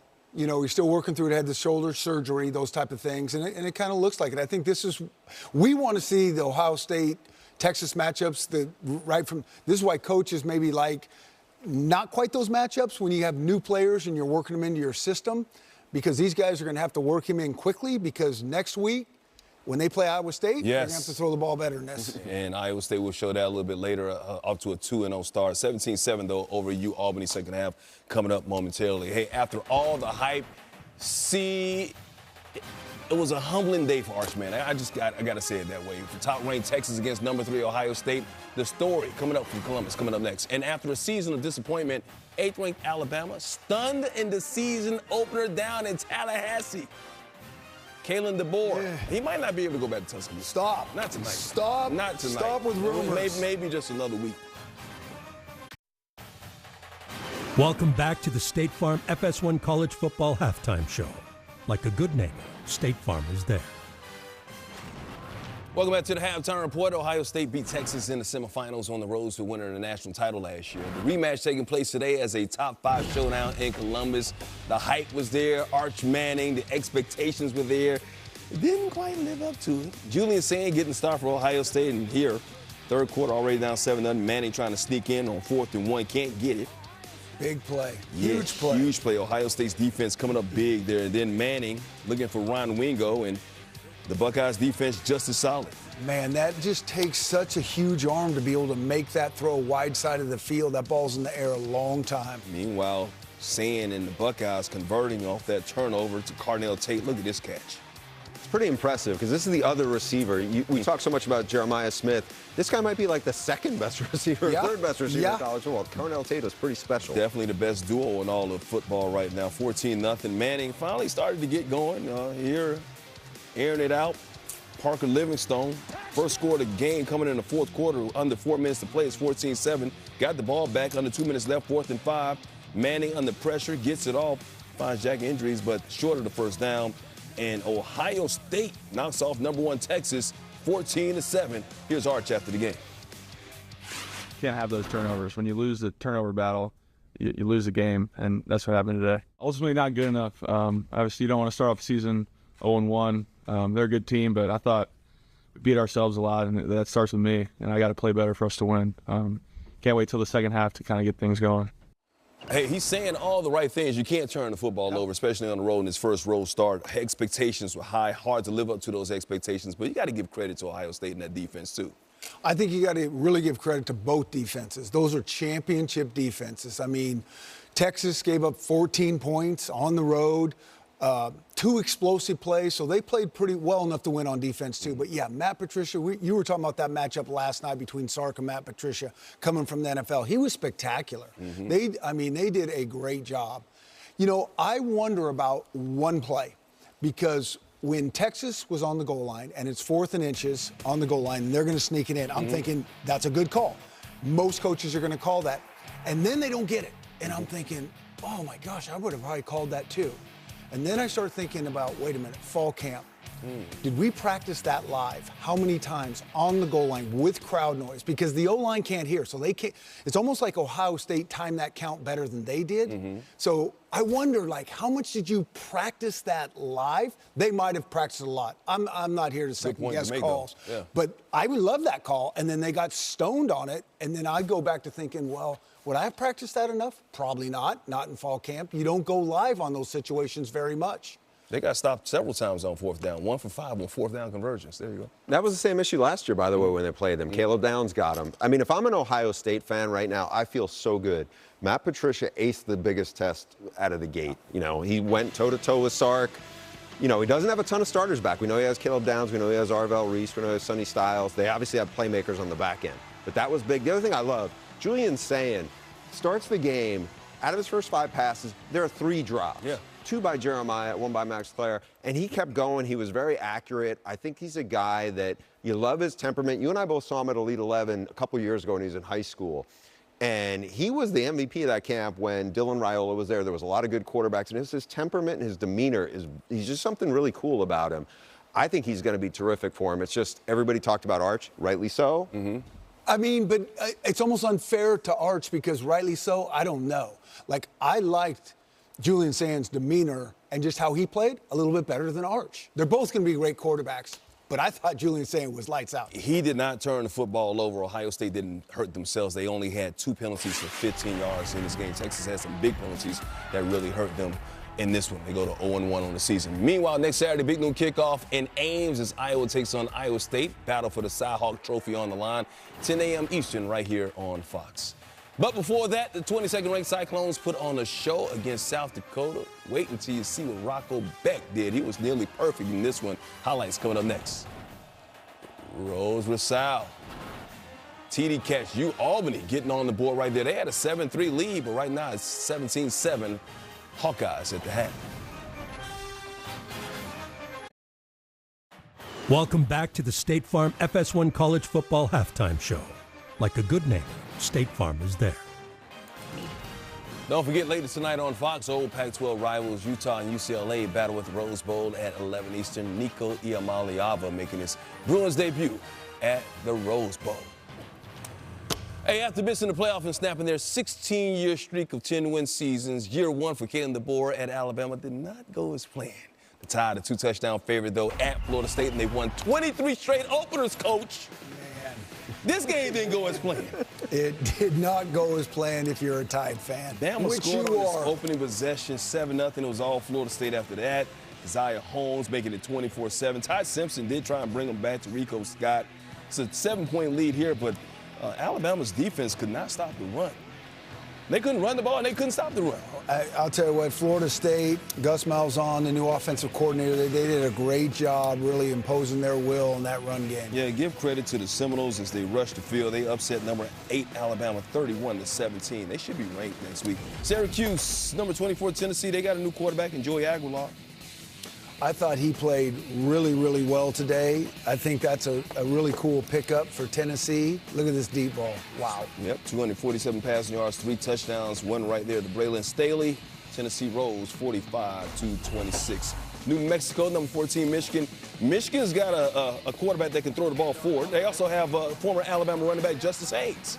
The Tide could have certainly used this guy today. I was going to say, yeah, where he came from, right? Yeah, That's how you make a young quarterback great. Give it to your tailback and let him go. Michigan up 14 in that one. Penn State, a lot of people picking them to win the national title this year. They got plenty of weapons.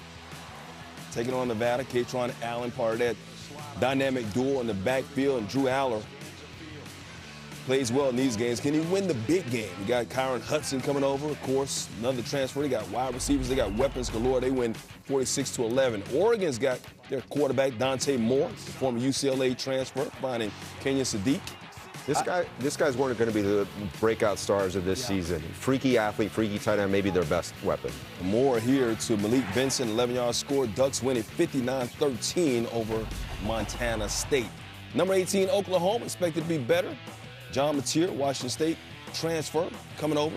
So interested to watch this Oklahoma team with Mateer. They have a hard schedule, but they might be equipped to get some things done. Mateer, 15-18, 227 passing yards in the first half. They're up 21-0 right now in the third. South Dakota, Iowa State, of course, South Hawk game next week.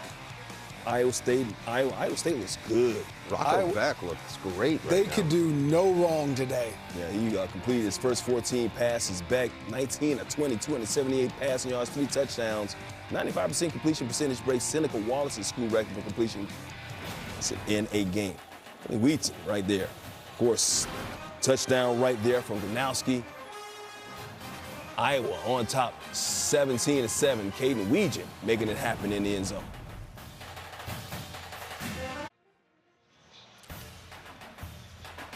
Well, finally something to cheer about for the locals. How about those Iowa Hawkeyes? They reel off 14 uncontested points, and they now lead Albany 17-7 as we get ready to start quarter number 3 with the partner, Spencer Tillman. I am Eric Collins, and things are a little bit dicey here for the Hawkeyes in that first quarter. They had a slim lead. Actually, were trailing for a bit, but they finally started to figure out the ground game in the second quarter. Yeah, the Great Danes had a little bite in them after all, and they came in not intimidated by the circumstances or the context of the situation. They were impressive. Again, Rose here finds the baseline, and again, Shields got pressure in his face, puts a dart right on the line, and they worked that back line against man coverage. But guess what? We're going to go back to the ground. Here's Xavier Williams, one of his a couple of touchdown efforts here, inside with the heavy duty. Moulton out with the injury. Now let's pitch it, give it to him on the toss, and watch him get to the edge and secure that ball, pull it in the outside end, and then finish this run off to maximize the opportunity where you get another chance to throw through the air. There was a 13 stretch play where they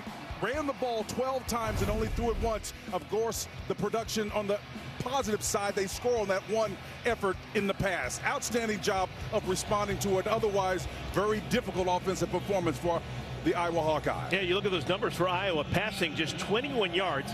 That's with a guy who was a Walter Payton Award winner, as the best FCS player a couple of years ago. Mark Gronowski's debut as the Iowa Hawkeye quarterback. Successful in the fact that they lead at Albany, but not successful in terms of the passing game being productive. And that's got a problem, you know, because we came into this game, if you were to say, let's say 4 days ago, that by the game kick in the second half of this contest, you're going to be without probably your best, as the ball comes out, your best receiver and your best running back, you wouldn't give them this much of a chance. Dangerous play. That was LaSalle Rose who lost it, got it back, and then was popped, paid the price. Well, we know Iowa for special teams play. That's what they do, right? This was kind of self-inflicted, though. Got to get the handle on the ball. The coverage unit down there, quick as a hiccup. That ball slips right through, hits him on the thigh pad, and those Hawkeyes are flying all over, man, coming down, doing a number on him. Again, you got to seat that ball properly and run at it coming your way. Never wait for that ball to finish and come in. You can't be running forward toward the ball. If it comes out, then so be it. All right, Jack Seals, he's taking every snap at quarterback for Albany. Senior from Centerville, Virginia. First year in the program. Last year he was at Buffalo. Designed rollout, throws behind his intended receiver. Actually may have hit the DB TJ Hall in the backside. Well, you know, if you're running in that situation and if you're Birdie and you're that slot receiver, you know what? It's man coverage. You got to give yourself a little bit of a cushion because that quarterback is throwing the ball to your back shoulder. It's man coverage. There's only one guy on you. You can sell that fact that the ball is going over the top and just suddenly stop and help your quarterback in that situation. Second down and 10. Griffin Woodell in the backfield next to Shields. They got the right number of men. You got to get on line. There you go. They got it down. Blitz forces a quick throw, and the throw is high. Third down and a bunch. Well, that was high for a reason. Again, you had pressure in your face. Carson Sherrar did a wonderful job of coming in there. Watching number 43 on that inside stunt. Gets right in your quarterback's face, man. And that's how you affect the quarterback. Sometimes you can't get home and get the sack, but you can affect the quarterback. That is the trajectory of the ball. Maybe it's not thrown with great execution and not on point. 3 new starters at linebacker for Iowa. So far, so good. Third down and 10.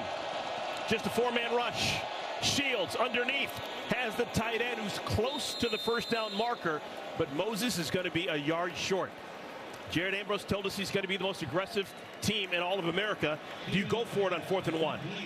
Well, I don't know if you do that backed up right here. I mean, listen, I'm all for it, but you got to punt this ball away, and I think they're going to do that. I'm calling fake. I think you may fake it. That's another form of aggression. You're a gambler, man. You're a gambler.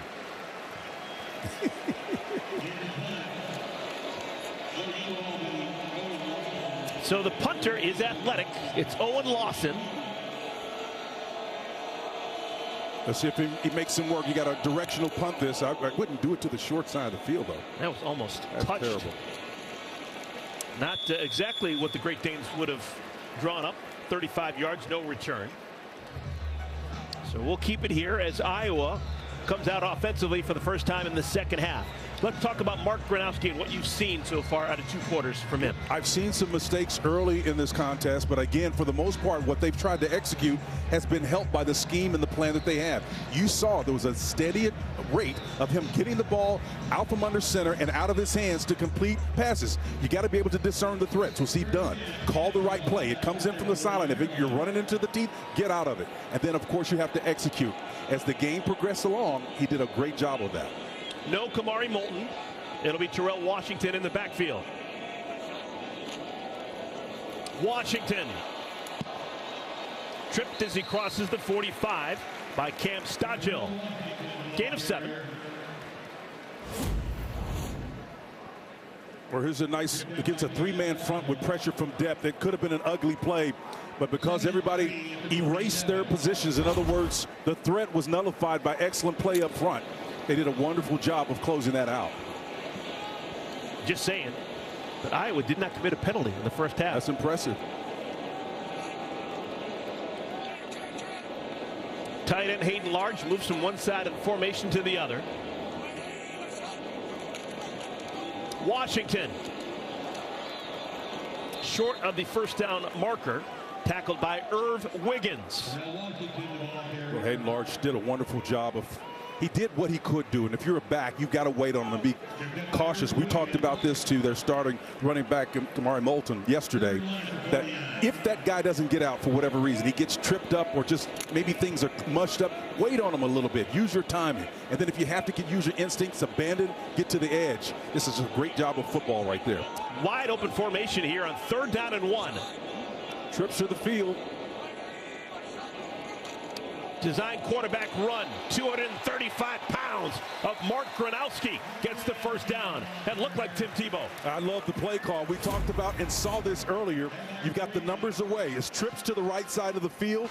Let's load up that side of the field and then try to get a numbers advantage to the opposite side. That's exactly what they did.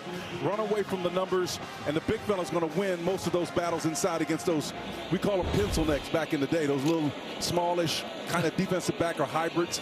That quarterback is the size of a linebacker.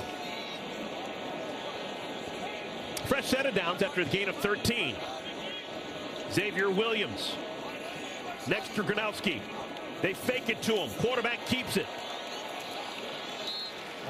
A little bit more running for Gronowski than I thought.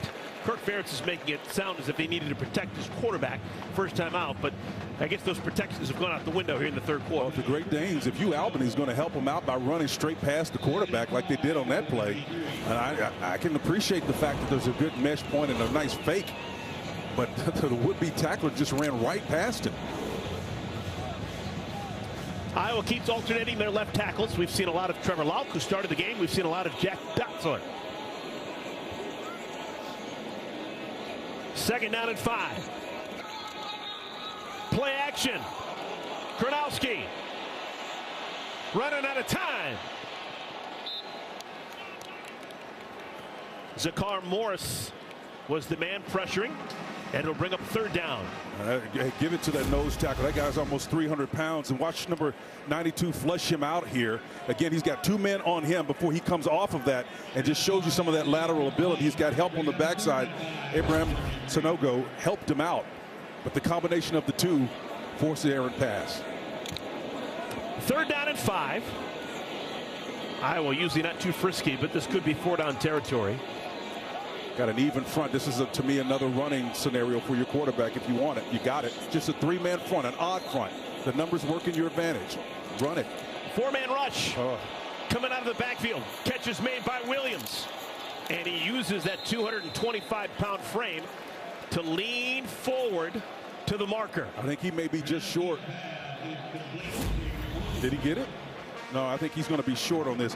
I like running against this front. It's an odd front. And what we mean by that is there's only 3 guys on the line of scrimmage down. So you've got 4 guys, 5 technically, to block those. That's an advantage for you. You got them spread out, balanced formation. So on 4th down and a yard, Hawkeyes going to go for it. Power formation. And Gronowski is pushed forward. That's the Hawkeyes version of the tush push. It's going to be hard to stop. 235 pounds of Gronowski going forward with Hayden Large doing work behind him. There he comes. Big tight end comes across the formation, gets right behind him.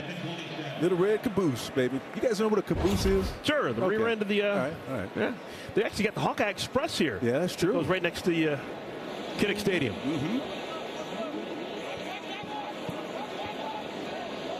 Eighth play of the drive.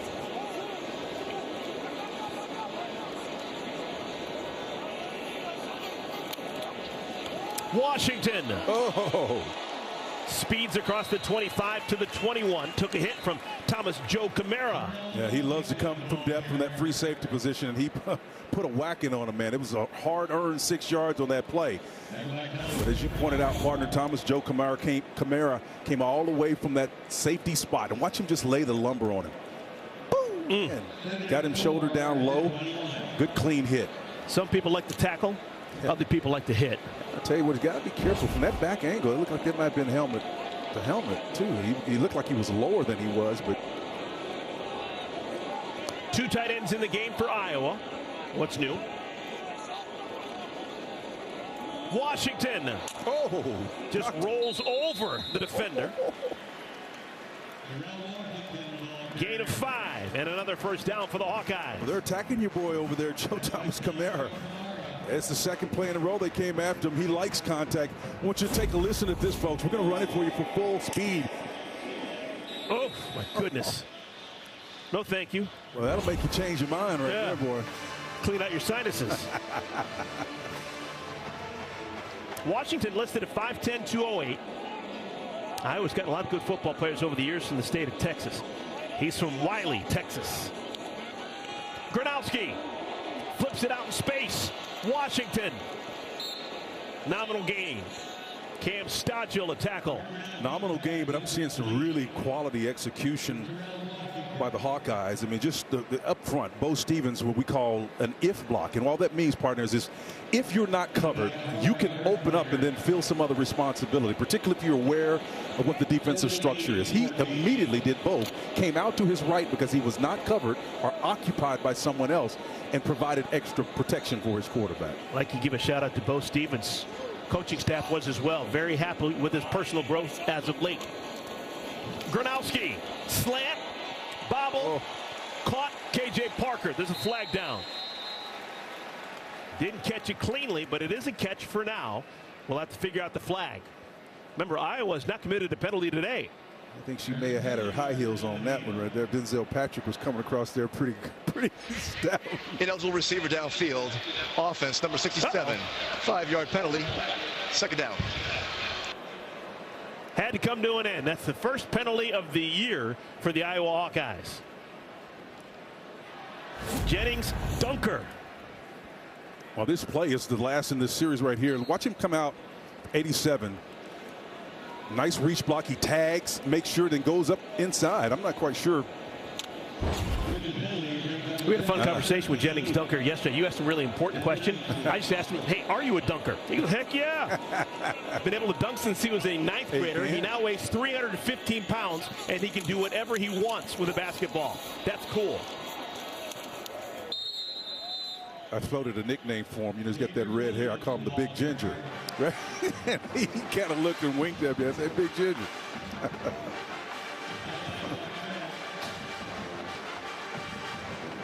All right, this is very similar to the first drive of the first quarter for Iowa. Taking a whole bunch of time off the clock. Was this 8 plays, right? Something like that, 7 minutes. There've been just, it does mirror exactly what we saw in the first quarter. Again, and that's exactly what you don't want if you're Albany. You're trying to stay in this thing. Now, one thing we know about Gronowski, he knows how to win games. 49 collegiate wins and 55 collegiate starts. Third down. Pass is caught. That'll be a first down. Jacob Gill.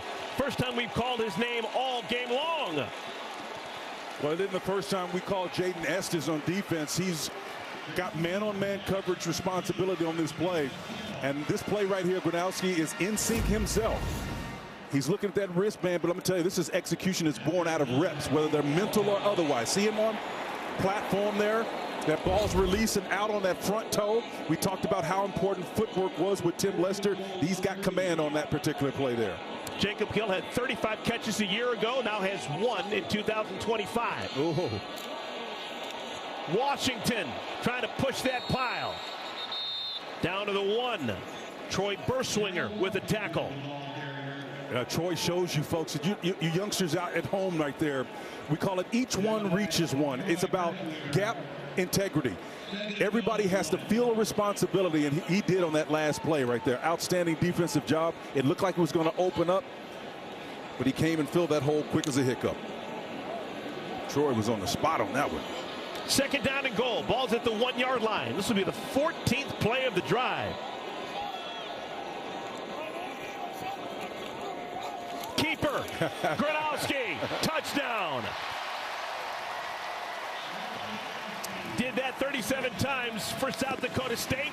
That's his first rushing touchdown as a Hawkeye.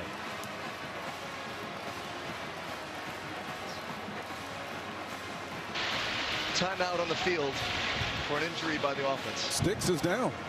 Is he down? That's Gronowski who's down. Uh-oh.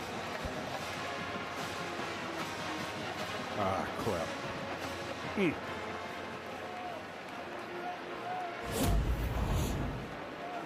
Hopefully it's just a cramp. But here you can see you got 2 backs in there to block for you, lead block, and he's basically a linebacker with those sticks on him. Gronowski took a shot there. I think he is injured on the way down. He's hurt right now, so he goes down, and let's just hope that it's just a tightening of a muscle or something. It was a long drive, consistent action on that drive. Oh, man, I hate to see that. Oh.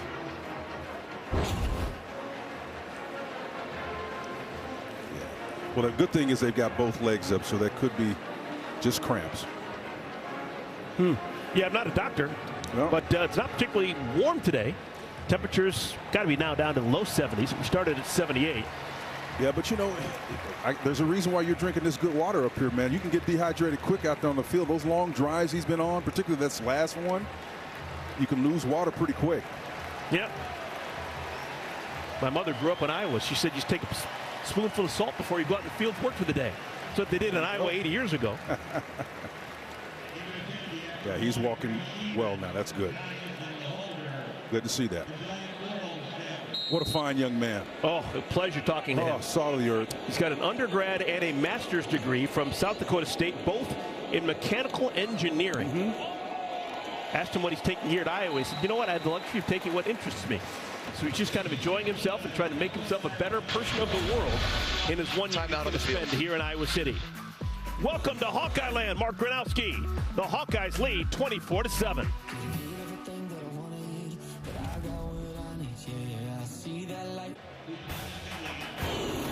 Welcome back to college football, sponsored by Graduate by Hilton.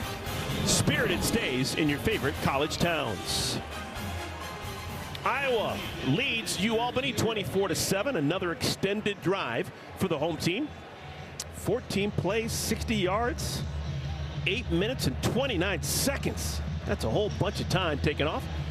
Mark Gronowski has made it to the sideline, Spencer. He's got the headset on, but it looks like he's still trying to stretch out. He's not sitting on the bench with his teammates. He's prone on the ground. I think he's going to be okay, but I think, and more importantly for right now, since we know that he's okay, it's the optics of how this game has taken a turn for the positive, and Kirk Ferentz understands that, and I think this is going to be a quote-unquote, more time on the clock, of course, but a win from them from the standpoint of what they need to do, given they've lost two key players.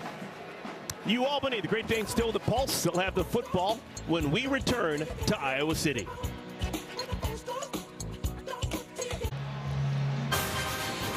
Next Saturday, the place to be is right here in the great state of Iowa. The Cy-Hawk Series takes center stage. All starts 10 a.m. Eastern with the best pregame show in college football, live from the campus of Iowa State. Then Rocco Beck leads the Cyclones in a showdown against our rival Iowa.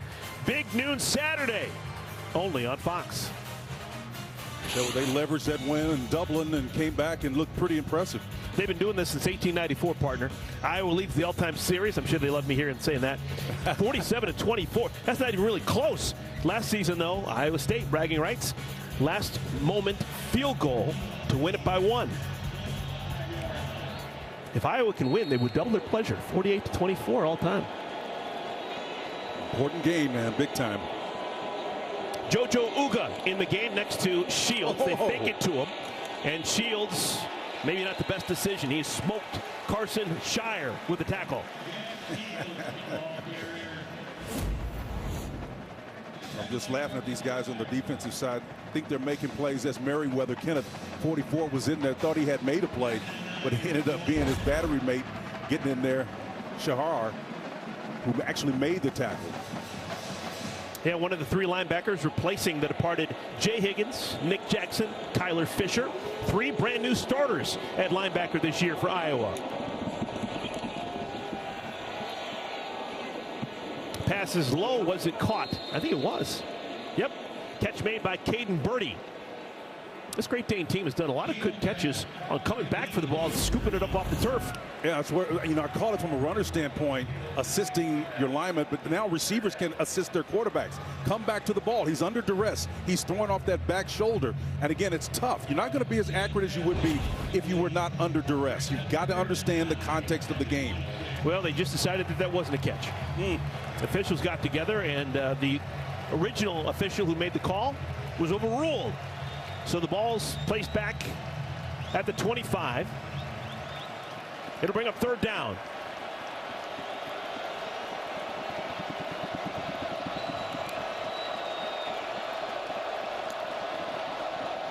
Pressure. Shields. Pass was behind Tavari Groves. And it'll be a 3-and-out, I think. You're going to punt the football if you're Albany. Yeah, you got to do it. As we say in the hood, man, pressure will make a pipe bust. And that's exactly what happened on that play. Pressure is coming against this 4-man front. You actually got a guy outside that does stand up and then eventually rushes. So technically it's not a blitz. It's still just 4. But it's that imminent pressure that causes Shields to throw off his back foot and put him in a bind, incomplete. Iowa Hawkeye defense stepping up. They forced back-to-back 3-and-outs here in the 3rd quarter.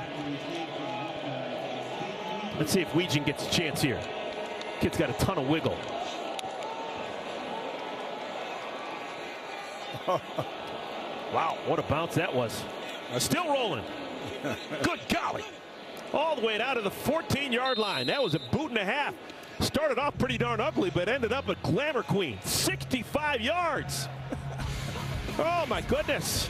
So the Iowa Hawkeyes will have the football when we return.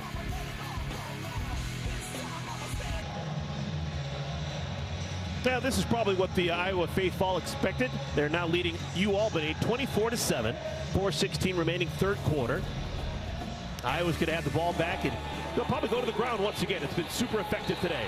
Well, they've been effective mainly because they've had to do it, and this is what they do. Williams with a great job of running after he gets the ball seated to get as much yards as he possibly can, shifting that ball to the outside. And then when they needed to put it down on the ground and just lower their shoulders and let the big quarterback do a number. He did his Tim Tebow impersonation and got him a couple of touchdowns as well, and then just followed his blocking up front. That's what you do. He went down with a little bit of we think, a muscle kind of tightness, but hopefully he's all right. Gronowski back into the game, pitches out to Washington.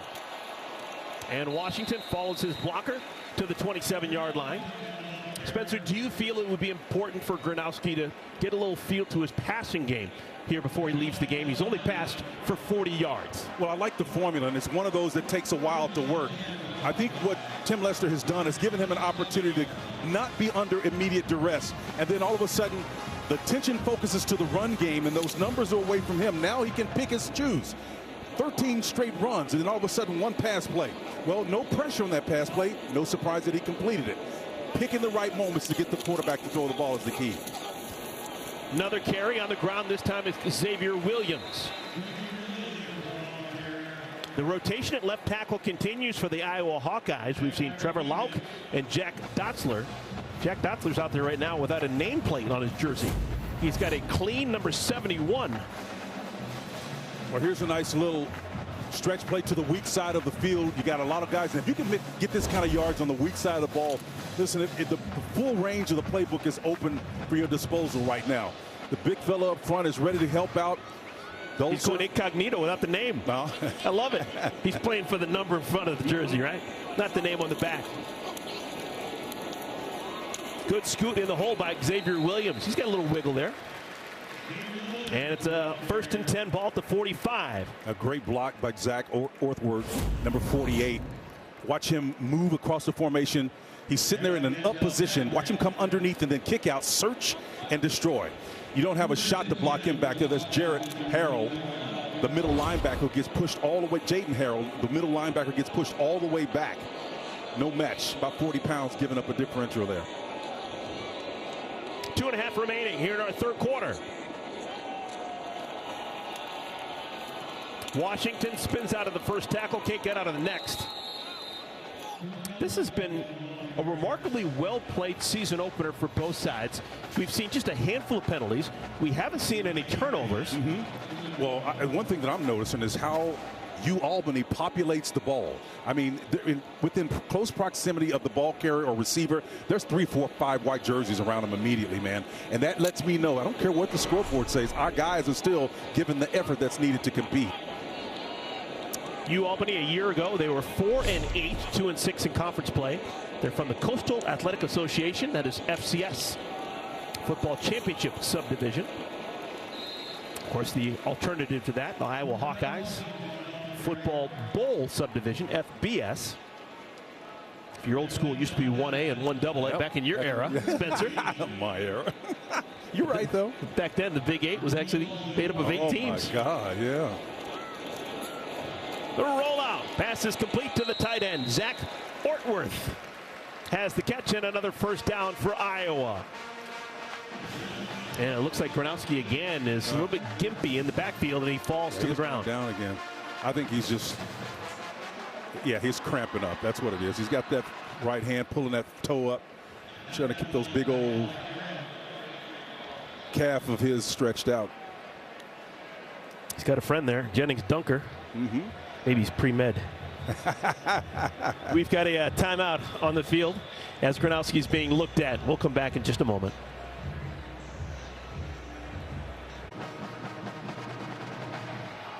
.111 remaining third quarter. Iowa's on offense, but they don't have their quarterback Mark Gronowski out there with him. He has had to leave the game twice. He's been looked at to just falling down. We're probably dealing with cramps, nothing confirmed. So we're going to see Hank Brown come in. Hank Brown, listed as from Nashville. Spent his last 2 years in high school in Nashville, but he's actually a native of Illinois. There have been some good quarterbacks to come out of his hometown. He is from Wheaton, Illinois. That is the same hometown as Hawkeye legend, the great right-hander, Chuck Long. But he comes over from Auburn, if I'm not mistaken. Yes, he's transferred from Auburn. Yep. But he is from the Big Ten footprint. He is a Chicago kid from Wheaton. Hands it off to Xavier Williams.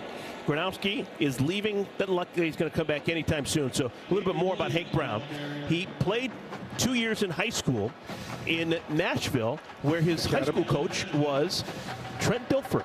Super Bowl winning quarterback Trent Dilfer. But I know that Hugh Freeze didn't want to let him go, but he did, and he recruited him hard. He's a really good talent. Just got caught in the numbers game.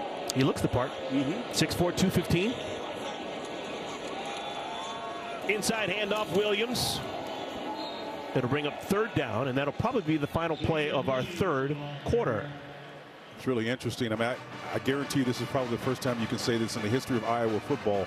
All three of their quarterbacks on the depth chart are transfers. Oh, my, you're right. They're not homegrown. Yes. They're all transfers.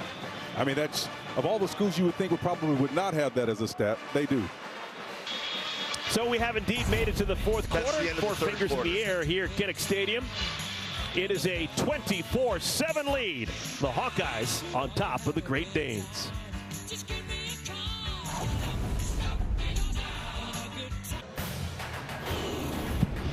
Welcome back to college football, sponsored by Graduate by Hilton. Spirited stays in your favorite college towns.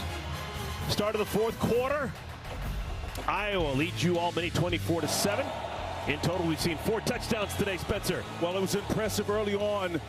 The Great Danes stayed with them for a little bit, but in this third quarter, total yards, Iowa 115, Albany 10. That kind of lets you know how much they control the game. It was total and complete. Hank Brown in the game at the quarterback position with Gronowski out. Nothing official on what's keeping Gronowski out of the game. It appeared as if he's dealing with some sort of cramping issue. But this is a great opportunity to get Brown some minutes. Transfer from Auburn. Oh my goodness, they're going to go for this. This is going to be a field goal attempt of 55 yards. What's this all about? Why not, man? Oh my goodness, Drew Stevens going to attempt a bomb. Got to get ready for Iowa State next week. That's right. I was getting ready to say that. Did he? Yeah. You bet. Oh yeah, Drew Stevens, 55 big ones.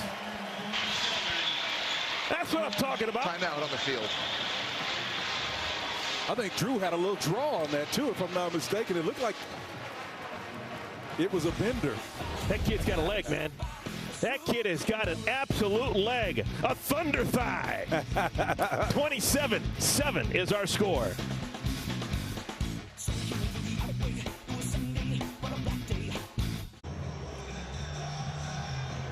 Drew Stevens, the best to ever come out of North Augusta, Georgia, with an absolute bomb, Spencer. 55-yard field goal. That's the 9th time in his career he's hit a 50-yarder. Well, being from Augusta, you'd expect that he have a nice draw as he did on that one, and it came in and split him, man. That's just a wonderful job. Hey, look, I love the idea of getting it all on tape because, again, you got the side coming up.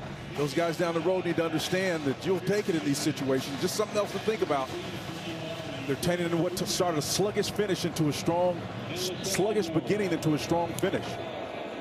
Stevens kicks this one off, and that kick actually went exactly 55 yards, just like his field goal.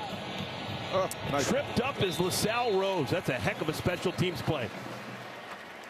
Shaheed Barrows makes a tackle. Could have been a huge gainer for Rose, but denied by Barrows. Yeah, watch number 5, Barrows, come down here and make this shoestring tackle. This is just great effort, man, on his part. Upfield, he knows the guy's got speed, but he says, you know what? I've got technique. Knows he's got a little army behind him. Nice job of sacrificing himself. All right, Albany. They're going to stay with Jack Shields as their quarterback. Why switch? He's actually been pretty darn good. Not much of anything here in the second half. 3 and outs each of the first 2 times they had it. But the first half, he was impressive. Underneath, catch made by Tabari Groves. Yeah, they're working Tavari on a shallow crossing route, and I'm not so sure it's going to get you a whole lot down this much. You know, it's going to open up some things, but unless you're going to take advantage of that wide side of the field, to me, I think it's a waste of your formation. Find a way to get the ball downfield and work this against this cover 2 scheme. To me, somehow in the middle of the field, you got to get the ball there. 2nd down and 7. They put the tight end, Stephen Mahar, in motion. And they run behind Mahar. Alex Dredge to the 25. Albany, next week they will be on the road against Delaware State, the Hornets. When conference season begins, they will play in the Coastal Athletic Association. A number of years ago, they changed the name. It used to be the Colonial Athletic Association, the CAA. Still is the CAA, but the C stands for something different these days.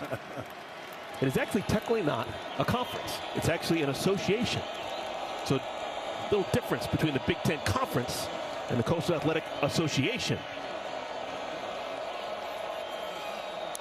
3rd down. Just a 4-man rush. Oh, that could be a penalty. It is definitely got to be. Yep, it is. You can't do that in the middle of the field when everyone is watching. It's going to be a penalty on Jaden Harrell. Yeah, Jaden Harrell was all over the receiver on that particular play. And again, Alex was streaking down pass the interference. Defense, number 41. 15-yard penalty. 1st down. Spencer, I want to ask you, linebacking play. We've talked ad nauseum for Iowa. No Jay Higgins, Nick Jackson, Kyler Fisher, 3 starters from a year ago at the linebacker spot are gone. Your thoughts on how they're going to replace them this year? Well, I don't think you can replace him. And by the way, great story, Higgins.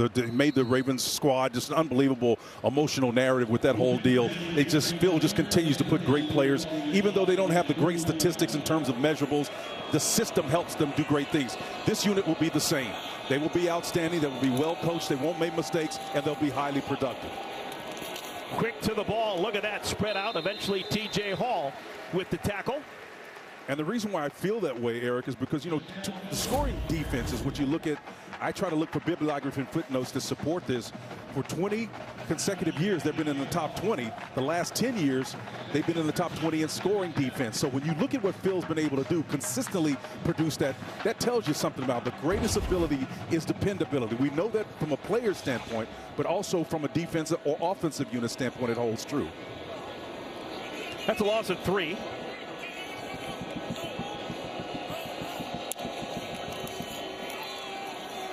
Shields. That is a short gain. They pick up the 3 that they lost a moment ago. Caden Birdie with the catch. I'll tell you what, that was Ethan Burkhart, the right defensive end. They bend the corner about as well as anybody bends it, man. Those big guys, and when I'm talking about bending the corner, number 49, Ethan, this is he's the opposite side of that, but that's Shahar right there. But when you watch it, Ethan Burkhart, he will bend his knee. He's a big dude, man. He's about 200 and, I don't know, 65, 70 pounds at least. When he can get that kind of speed upfield and still be vertical and then bend, not very many people can block that. 3rd down. Shields goes down. Absolutely smoked. Ball comes loose late, but they're going to say he was down. It was Aaron Graves who got it. Field is progress. Well, you just watch this 3-man front right here, then watch number 95 get some help from his friend, his battery mate on the opposite side, and then Graves buries him in a grave on that play right there. Just a great effort play, converging from both sides of the line of scrimmage.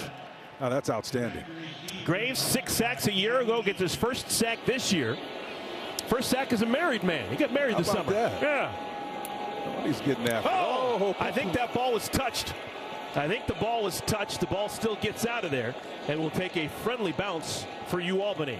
I don't know how it got out of there, man. It didn't sound like a poo-poo, but I don't know how that ball got between the wicket. Wow. We think this was touched. It still went 36 yards, but it looked to me like it was touched. Yep.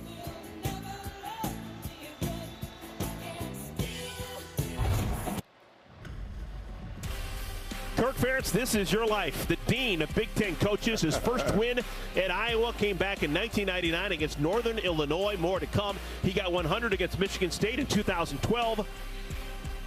And most recently, number 200 came against Washington last October. He's sitting on 204 wins as a Big Ten head coach. Only one man has more, but he's about to join him. Woody Hayes, the all-time winningest coach in Big Ten history with 205 wins as a Big Ten head coach. Got them all at Ohio State. He has one more win than Kirk Ferentz, but Kirk's knocking on the door. Oh, by the way, Amos Alonzo Stagg, all those wins coming at University of Chicago. Ah, very nice. The Maroons. Kirk still looks good, doesn't he? He's handsome really man. He's fit. Yep. I think if I had a 10-yard lead on him, I think he could catch me from behind. Hey, he might could. He's got Jazian Patterson, his first carry of the day. Welcome to the ball game, Jazz. Junior from Pompano Beach, Florida. Comes into the game fresh and rips off a nice gain on first down. Still no Mark Gronowski. He was relieved last time that Iowa had the ball. Hank Brown is the signal caller. Well, they've got some depth at the running back position, as we talked about. We know that Bolton went out with an injury, and they've got Jazian and others. We've seen Washington. Brevin Dole is also available. Patterson. Bounced around. Gain of 3. New lineman coming in, 64, Leighton Jones for the Iowa Hawkeyes. Yeah, this is another one of those plays where it's a great effort to get there, but pad level, finish. You got to finish with your pad level lower than those big guys. So those big guys, if they get underneath you, man, I'm telling you, it's one of the reasons why a jack can work, partner. It's short and stout, but it can lift something much greater than its weight because of his position. It's underneath.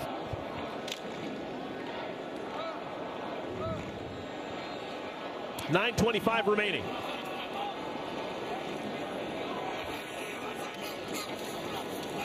Three straight carries for Patterson.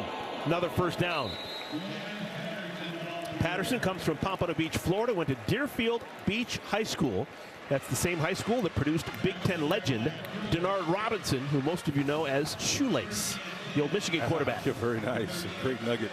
By the way, that last run reminded me of Edgerrin James. Slow to, fast through. You see how he searched down the line of scrimmage. When he found that opening, boom, he hit it. Slow to, fast through. It's a great asset right there to have.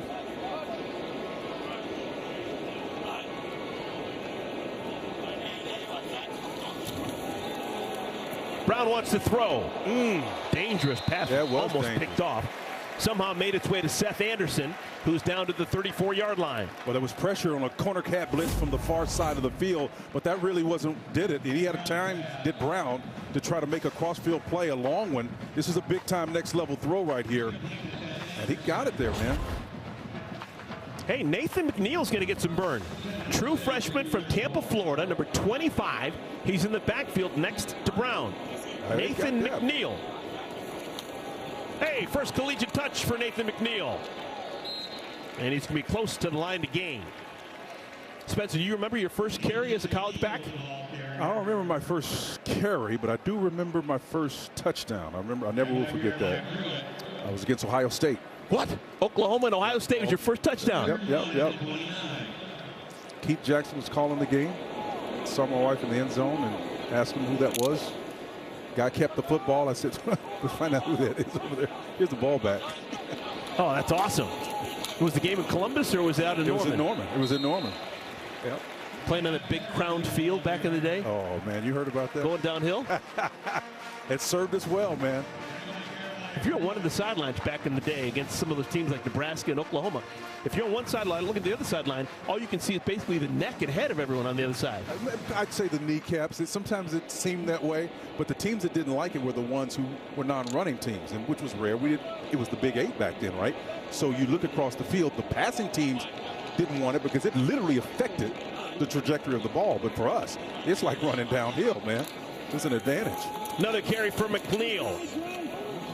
Nothing there. He's actually thrown back for a loss. Thomas Joe Camara. He's had a nice day.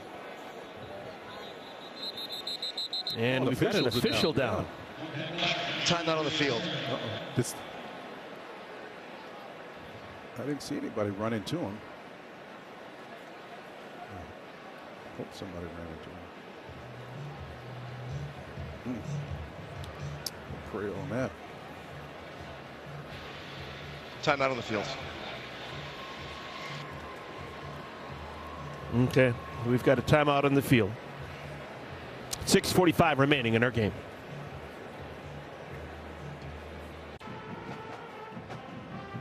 A scary moment. Roger Day is the umpire, and he's going to get run into by number 5. That's Jacob Gill running a route for Iowa.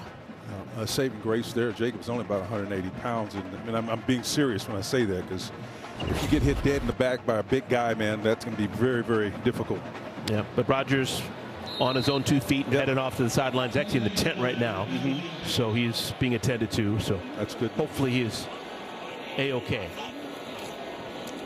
Second down and 11, trying to get to the edge. This is McNeil.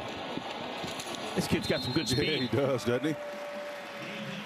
We had a chance to go to practice yesterday. We watched, and he splashed a little bit. For a guy who wasn't on the depth chart, we said, this guy may get some playing time just because he looks good in the uniform. Yeah, and I'll tell you what, he's got some speed, but the defensive front, I'm so impressed with Albany's speed. They can run and chase, and that was one of the things that we thought that they would leverage more, but they're still getting after it, man.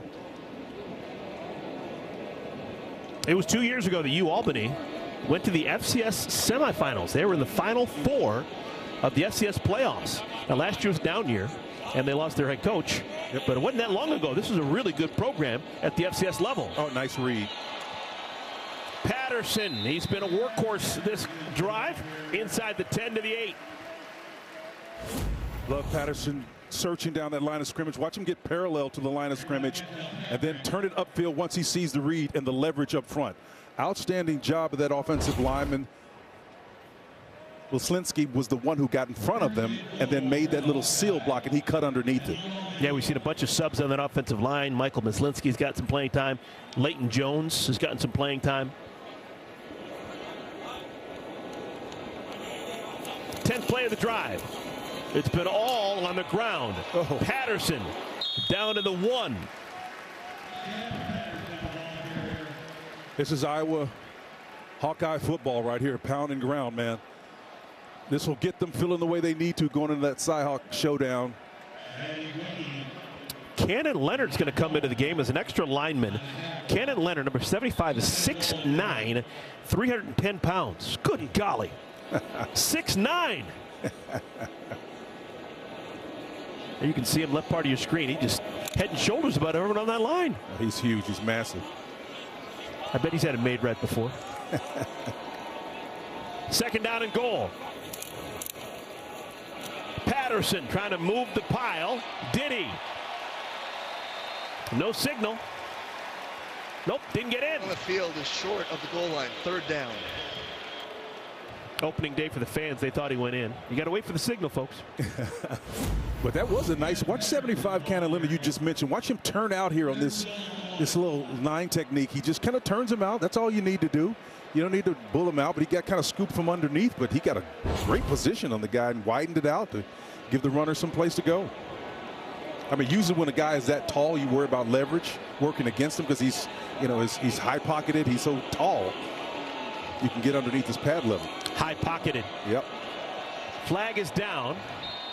No signal. They rule it a touchdown. Touchdown, Iowa. There is a flag down. A little pushing and shoving going on. Offside. Defense lined up in the neutral zone. That penalty's declined. The result of the play, touchdown. So a touchdown drive engineered by Hank Brown. And the Hawkeyes continue to impress here in the second half. Well, we know Mark Gronowski can run the ball, but what can Brown do for you? How about a little push? Yeah, that'll work.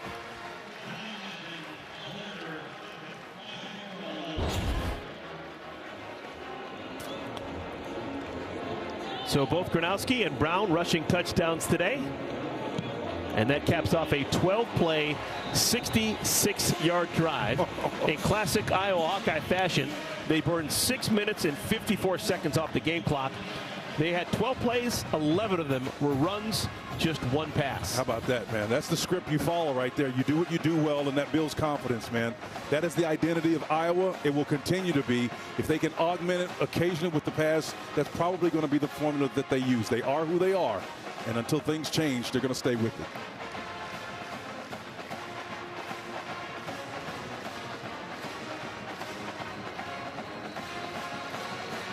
You know, we had that conversation with Tim Lesson as we look at Piper and all that. Oh, we're showing him for a reason. That's Cade Pieper, folks. Yeah, yeah. This is what he is known for off the football field. The Hale Bay Bale Championship. You got to throw, I think it's like a 50-pound bale of hay. And it's not high in the air. He got it 13 feet over that crossbar. That's incredible. Is that unbelievable? So he's won it 2 consecutive years now. Jennings Dunker did it the previous 2 years. What is it, like 55 pounds each one of those? 100? Don't you know how much a bale of hay 45 to 55 pounds yeah. a bale of hay. Wow. That's incredible. He didn't do a lot of that hay baling. And I stayed away from that farm in thing Tulsa, Oklahoma. And the wind was sweeping down the plains. I didn't fool around with that hay, though. I left that to the Cowboys. Another touchback as the ball makes it to the end zone. It has been total domination for the Hawkeyes here in the second half. Next Saturday on Baseball Night in America, Jose Altuve and the Astros going to fight for the AL West crown against the Rangers, or the Giants take on the Cardinals, or it's Twins Royals. Check local listings for the game in your area. Next Saturday, 7 Eastern on Fox. Altuve. What a career for Jose Altuve. Wouldn't have made it as a football player. Nice short guy. But a heck of a baseball player. Total offense, second half. 180 yards for Iowa, 5 for Albany.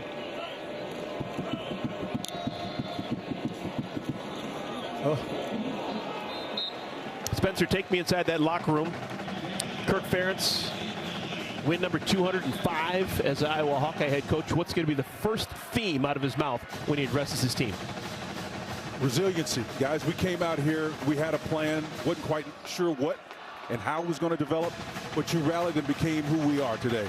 I think it's early, but we found ourselves who we are. We're going to run the football.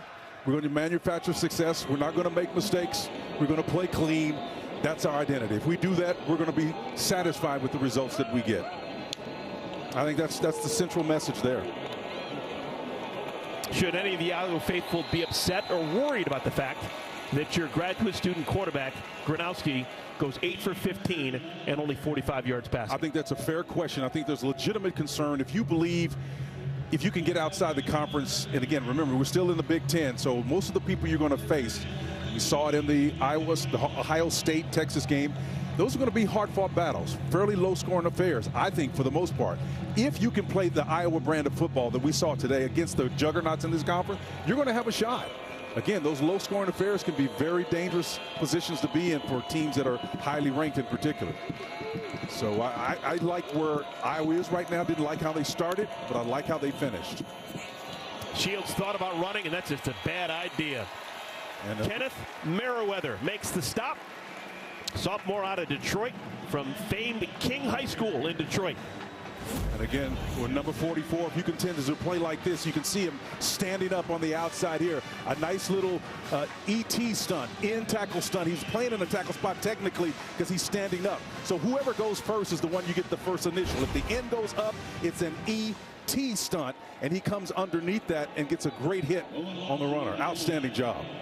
You're in midseason form, man. Coaching me up, man. TE stunt, ET stunt. That's right, man. Trying to phone home. That's the fourth 3-and-out forced by Iowa. Booming punt.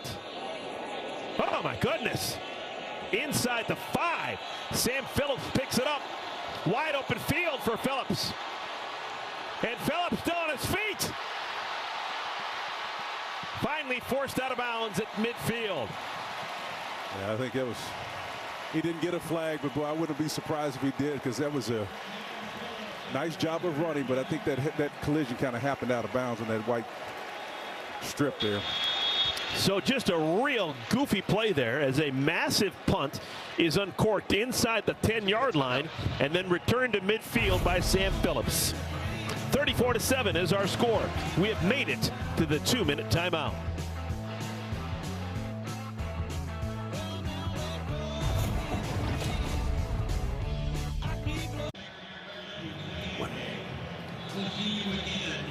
Loving it. Fun here at the old ballpark, right? Kinnick Stadium, Iowa City, Iowa. We have had a real nice performance in our opening day for the Iowa Hawkeyes. Mark Gronowski, probably not spectacular, didn't have the passing day that he would have liked, but he does throw for a touchdown, he runs for a touchdown, and he leads this offense that had enough offense, particularly on the ground, to take down anyone they're going to really see. If they can perform like this on the ground, 311 yards rushing yards, that's big time. I'm happy with what you see in the end. Ultimately, you're disappointed if you don't have a pathway to move forward. I think they know who they are. I think they know how they're going to win and how they have to win. A minimalist approach, can't make penalties. They played clean tonight, you know. Very disciplined team as well. So we're under 2 minutes. Nathan McNeil remains in the game as the back. Ball's out. And a snapped, bobbled snap. I think Albany's got it. Did they really? Yep. Iowa could have just taken a knee and this game would have been over. Albany wouldn't have called timeout. That's the first turnover of the game. You know, I call it the element of recency. What you do last, you tend to remember most. We just praised them, is a fumble covered by the defense. And I'll tell you why this play happened the way that it did. Okay, you talk about, well, it was just a mistake. This mistake didn't just happen. It wasn't self-induced. It was the push up front by this defense in front of Albany that got in the backfield. That's what made the difference. It's recovered by Abdul Ashalake, senior from Philadelphia. Good job. Still playing. Why not? Got a minute 44 remaining. You can still make a difference. You give me a guy that's got effort and won't shut the motor off, I'll let him play for me any day. New quarterback? Nope. Still going to be Jack Shields.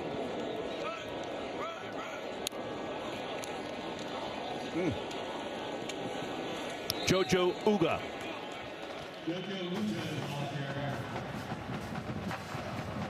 Brian Allen on the tackle. So Iowa's going to have 6 days. Yep. A week from today, they're going to be in Ames, just up the road, taking on Iowa State. What's going to be important in that one?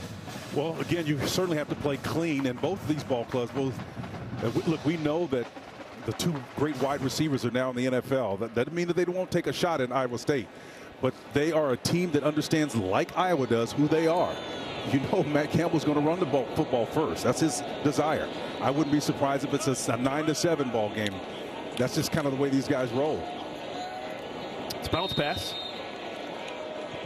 Caitlin Clark did a lot of that here in Iowa City, right? The bounce pass? Yes, she did. She shot it more than passed it. But, man. Yeah.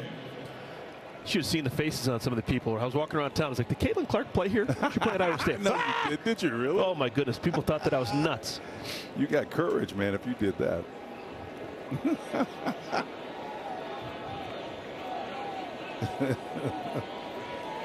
Incomplete pass stops the clock.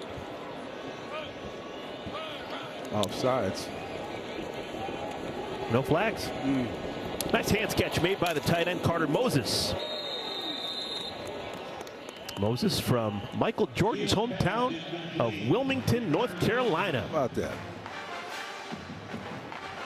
He's got a long way to go if he wants to be the best athlete ever come from Wilmington, North Carolina. Yep. Hey, besides Iowa State, this may not look terribly daunting per se, but after that on the back end, they finished with some strong in-conference opponents. So I think this schedule could be arguably a top 15 in terms of strength. And they could buoy them well down the stretch. Seems like whenever Iowa can beat Iowa State, that bodes success for the Hawkeyes. When they stub their toe against their in-state rival, times are tough. There were 4 Hawkeye defenders surrounding the receiver. Well, that's because Shields didn't have a great opportunity to throw that ball on a solid platform. And again, the coverage was moving along with the receivers, so it just wasn't much of an opportunity. 18 seconds remaining. Both sides do have 3 timeouts, if that's something they're thinking about.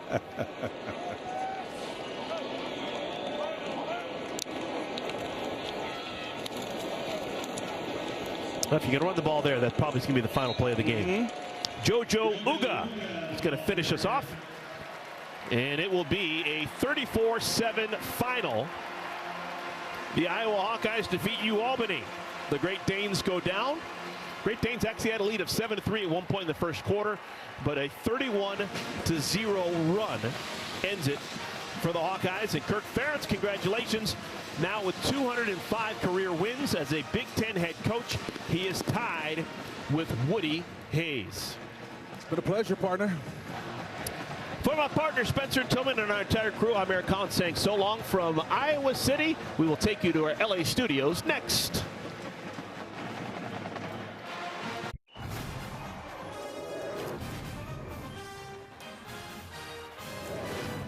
Hey there, welcome inside our FS1 College Football Studios. Mike Hill along with Chris Peterson and Bruce Feldman. Our coverage continues here as we are getting set for Georgia Southern and Fresno State momentarily. But first, it was 1 versus 3, Texas, Ohio State from Columbus. Already the game of the year. A lot of hype, a lot of expectations. Front runner for the Heisman, Arch Manning ready to go. Julian Sand getting the start for Ohio State, and Manning did not live up to expectations, getting stopped right there on 4th and goal from the 1 in the 3rd quarter, keeping it 7-0 Ohio State. And then next possession, Manning, a pass he wishes he had back. Yeah, that is a hard pass. It's so far. It's a 35-yard throw to the wide side of the field. Not many college guys, some NFL guys can't make that. Jermaine Matthews picking him off, and then Sand in Ohio State cashing in. Carnell Tate, great grab. Yeah, we talk so much about Jeremiah Smith being the best receiver in the country, which he is. But this guy might be the 2nd best or 3rd best. Carnell Tate's pretty special, too. Ohio State up 14-0 in his defensive battle. Manning finally started getting going in the 4th quarter. Here he is, airing it out for Parker Livingstone. 32-yard grab. They made it 14-7, but under 2 minutes left, same score, 4th and 5. The Longhorns got to go for it. Manning, under pressure, gets it off, finds Jack Injuries, but short of the first down. So number 3, Ohio State beats number 1 Texas 14-7 for their first home win against an AP number 1 team since 1985. Rob Stone and the BNK crew with more. All right, welcome inside the Horseshoe. Rob, Brady, Mark, Matt, and Urban Meyer here with you. On Monday, when that AP poll comes out, there will be a new number 1, and it'll most likely be the defending national champs from Ohio State. They get a win over number 1 Texas. Give the credit to the Buckeye D, Coach. Absolutely, and it was 2 heavyweights. These 2 teams will resurface again throughout the year, 2 young quarterbacks. However, I've been there, Brady. Steve Sarkisian's going to be staring at that ceiling fan about 3 in the morning, and you know what he's going to be playing over and over again? Red zone. Yeah. Red zone. Red zone. 1 yard line, nothing. And we lost by 7. I say we. My head's gone. And then 9 yard line, nothing. 2 red zone trips, walked away with nothing. He's going to be staring at that ceiling fan and say, what could we have done differently? Yeah, missed opportunities. Shout out to Ohio State's defense. And Arch Manning, right? The long-awaited debut this season, all the hype, the experience, all that. He struggled in this game, and he's going to look at the film. He's going to have to grow from this. How do you respond? Okay, this was a tough challenge going on the road playing against Ohio State. They threw the kitchen sink at him. He's going to get better, guys. But how do they respond? This is still a really good football team, Mark. Yeah, Texas just came out and they made too many mistakes. In week 1, it's all about who can make the least amount of mistakes, put themselves in position to win. 4 turnovers on downs, 1 turnover, numerous penalties that took away a bunch of momentum. And just shout out to Ohio State, man. You can't come on the road against in week 1 and expect to beat the defending national champions with those type of mistakes. Yeah, look, I mean, Texas had a struggle, I think, offensively when you think about the fact that Matt Patricia, what tape are you watching? He was coaching the NFL last time he was out there. For this Ohio State offensive staff, they're going back and looking at that last game they played versus Pete Kwiatkowski and dialing some things up. 2 very good teams, both teams in the playoff, maybe even playing again for the national championship when it's all said and done. But I'll just quickly say this. Julian Sand, he came out from start to finish, got the job done, took care of the football. They got something in this young man as he continues to grow. Another advantage for the college football era as opposed to the BCS era. I was there in the BCS era. You're done. Yeah. If you lose now one, you're fine. Both these teams get better, get better, get better. We'll see these guys again. Right. So you're saying Coach Sark won't look at that ceiling fan as long as you would have in the past? I'm saying from 3 o'clock till 5:30 in the morning, he's watching that. Watching the Revolutions. Buckeyes, remember, 2-0 versus the SEC last season. They're already 1-0 here in week 1. Not the start Arch Manning wanted, Julian Sayin will take it, though. The Buckeyes should be your new #1. Mike? Should be. We shall see. Hard to live up to the expectations of Arch Manning came in. Give credit to the Ohio State defense, though. Matt Patricia, new D coordinator, spectacular. What a way to answer the bell. But if I'm Coach Steve Sarkisian, I'm not going to lose too much sleep on this. Okay. This was good on good. I think this is going to help Texas down the road. Arch Manning is like a superhero. Like, it takes his cape off, makes him a little more human what it is. He's a freshman or sophomore quarterback, freshman quarterback, redshirt. You know, he hasn't played that much football. And so you can see he's human. He's going to develop, and they'll develop him. They'll be fine at the end of the day. If I'm an Ohio State fan, I feel great about this. Matt Patricia aced the test. That was against Steve Sarkisian and Arch. And then on the other side of it, Julian Sayin looked terrific. Even when they dropped a bunch of passes early in the game, he kept playing through it. He was still putting on balls on the money, giving guys a chance to make plays, and they did. Expect both of these teams to be there when it's all said and done. Georgia Southern, Fresno State coming up next right here on FS1. Enjoy it.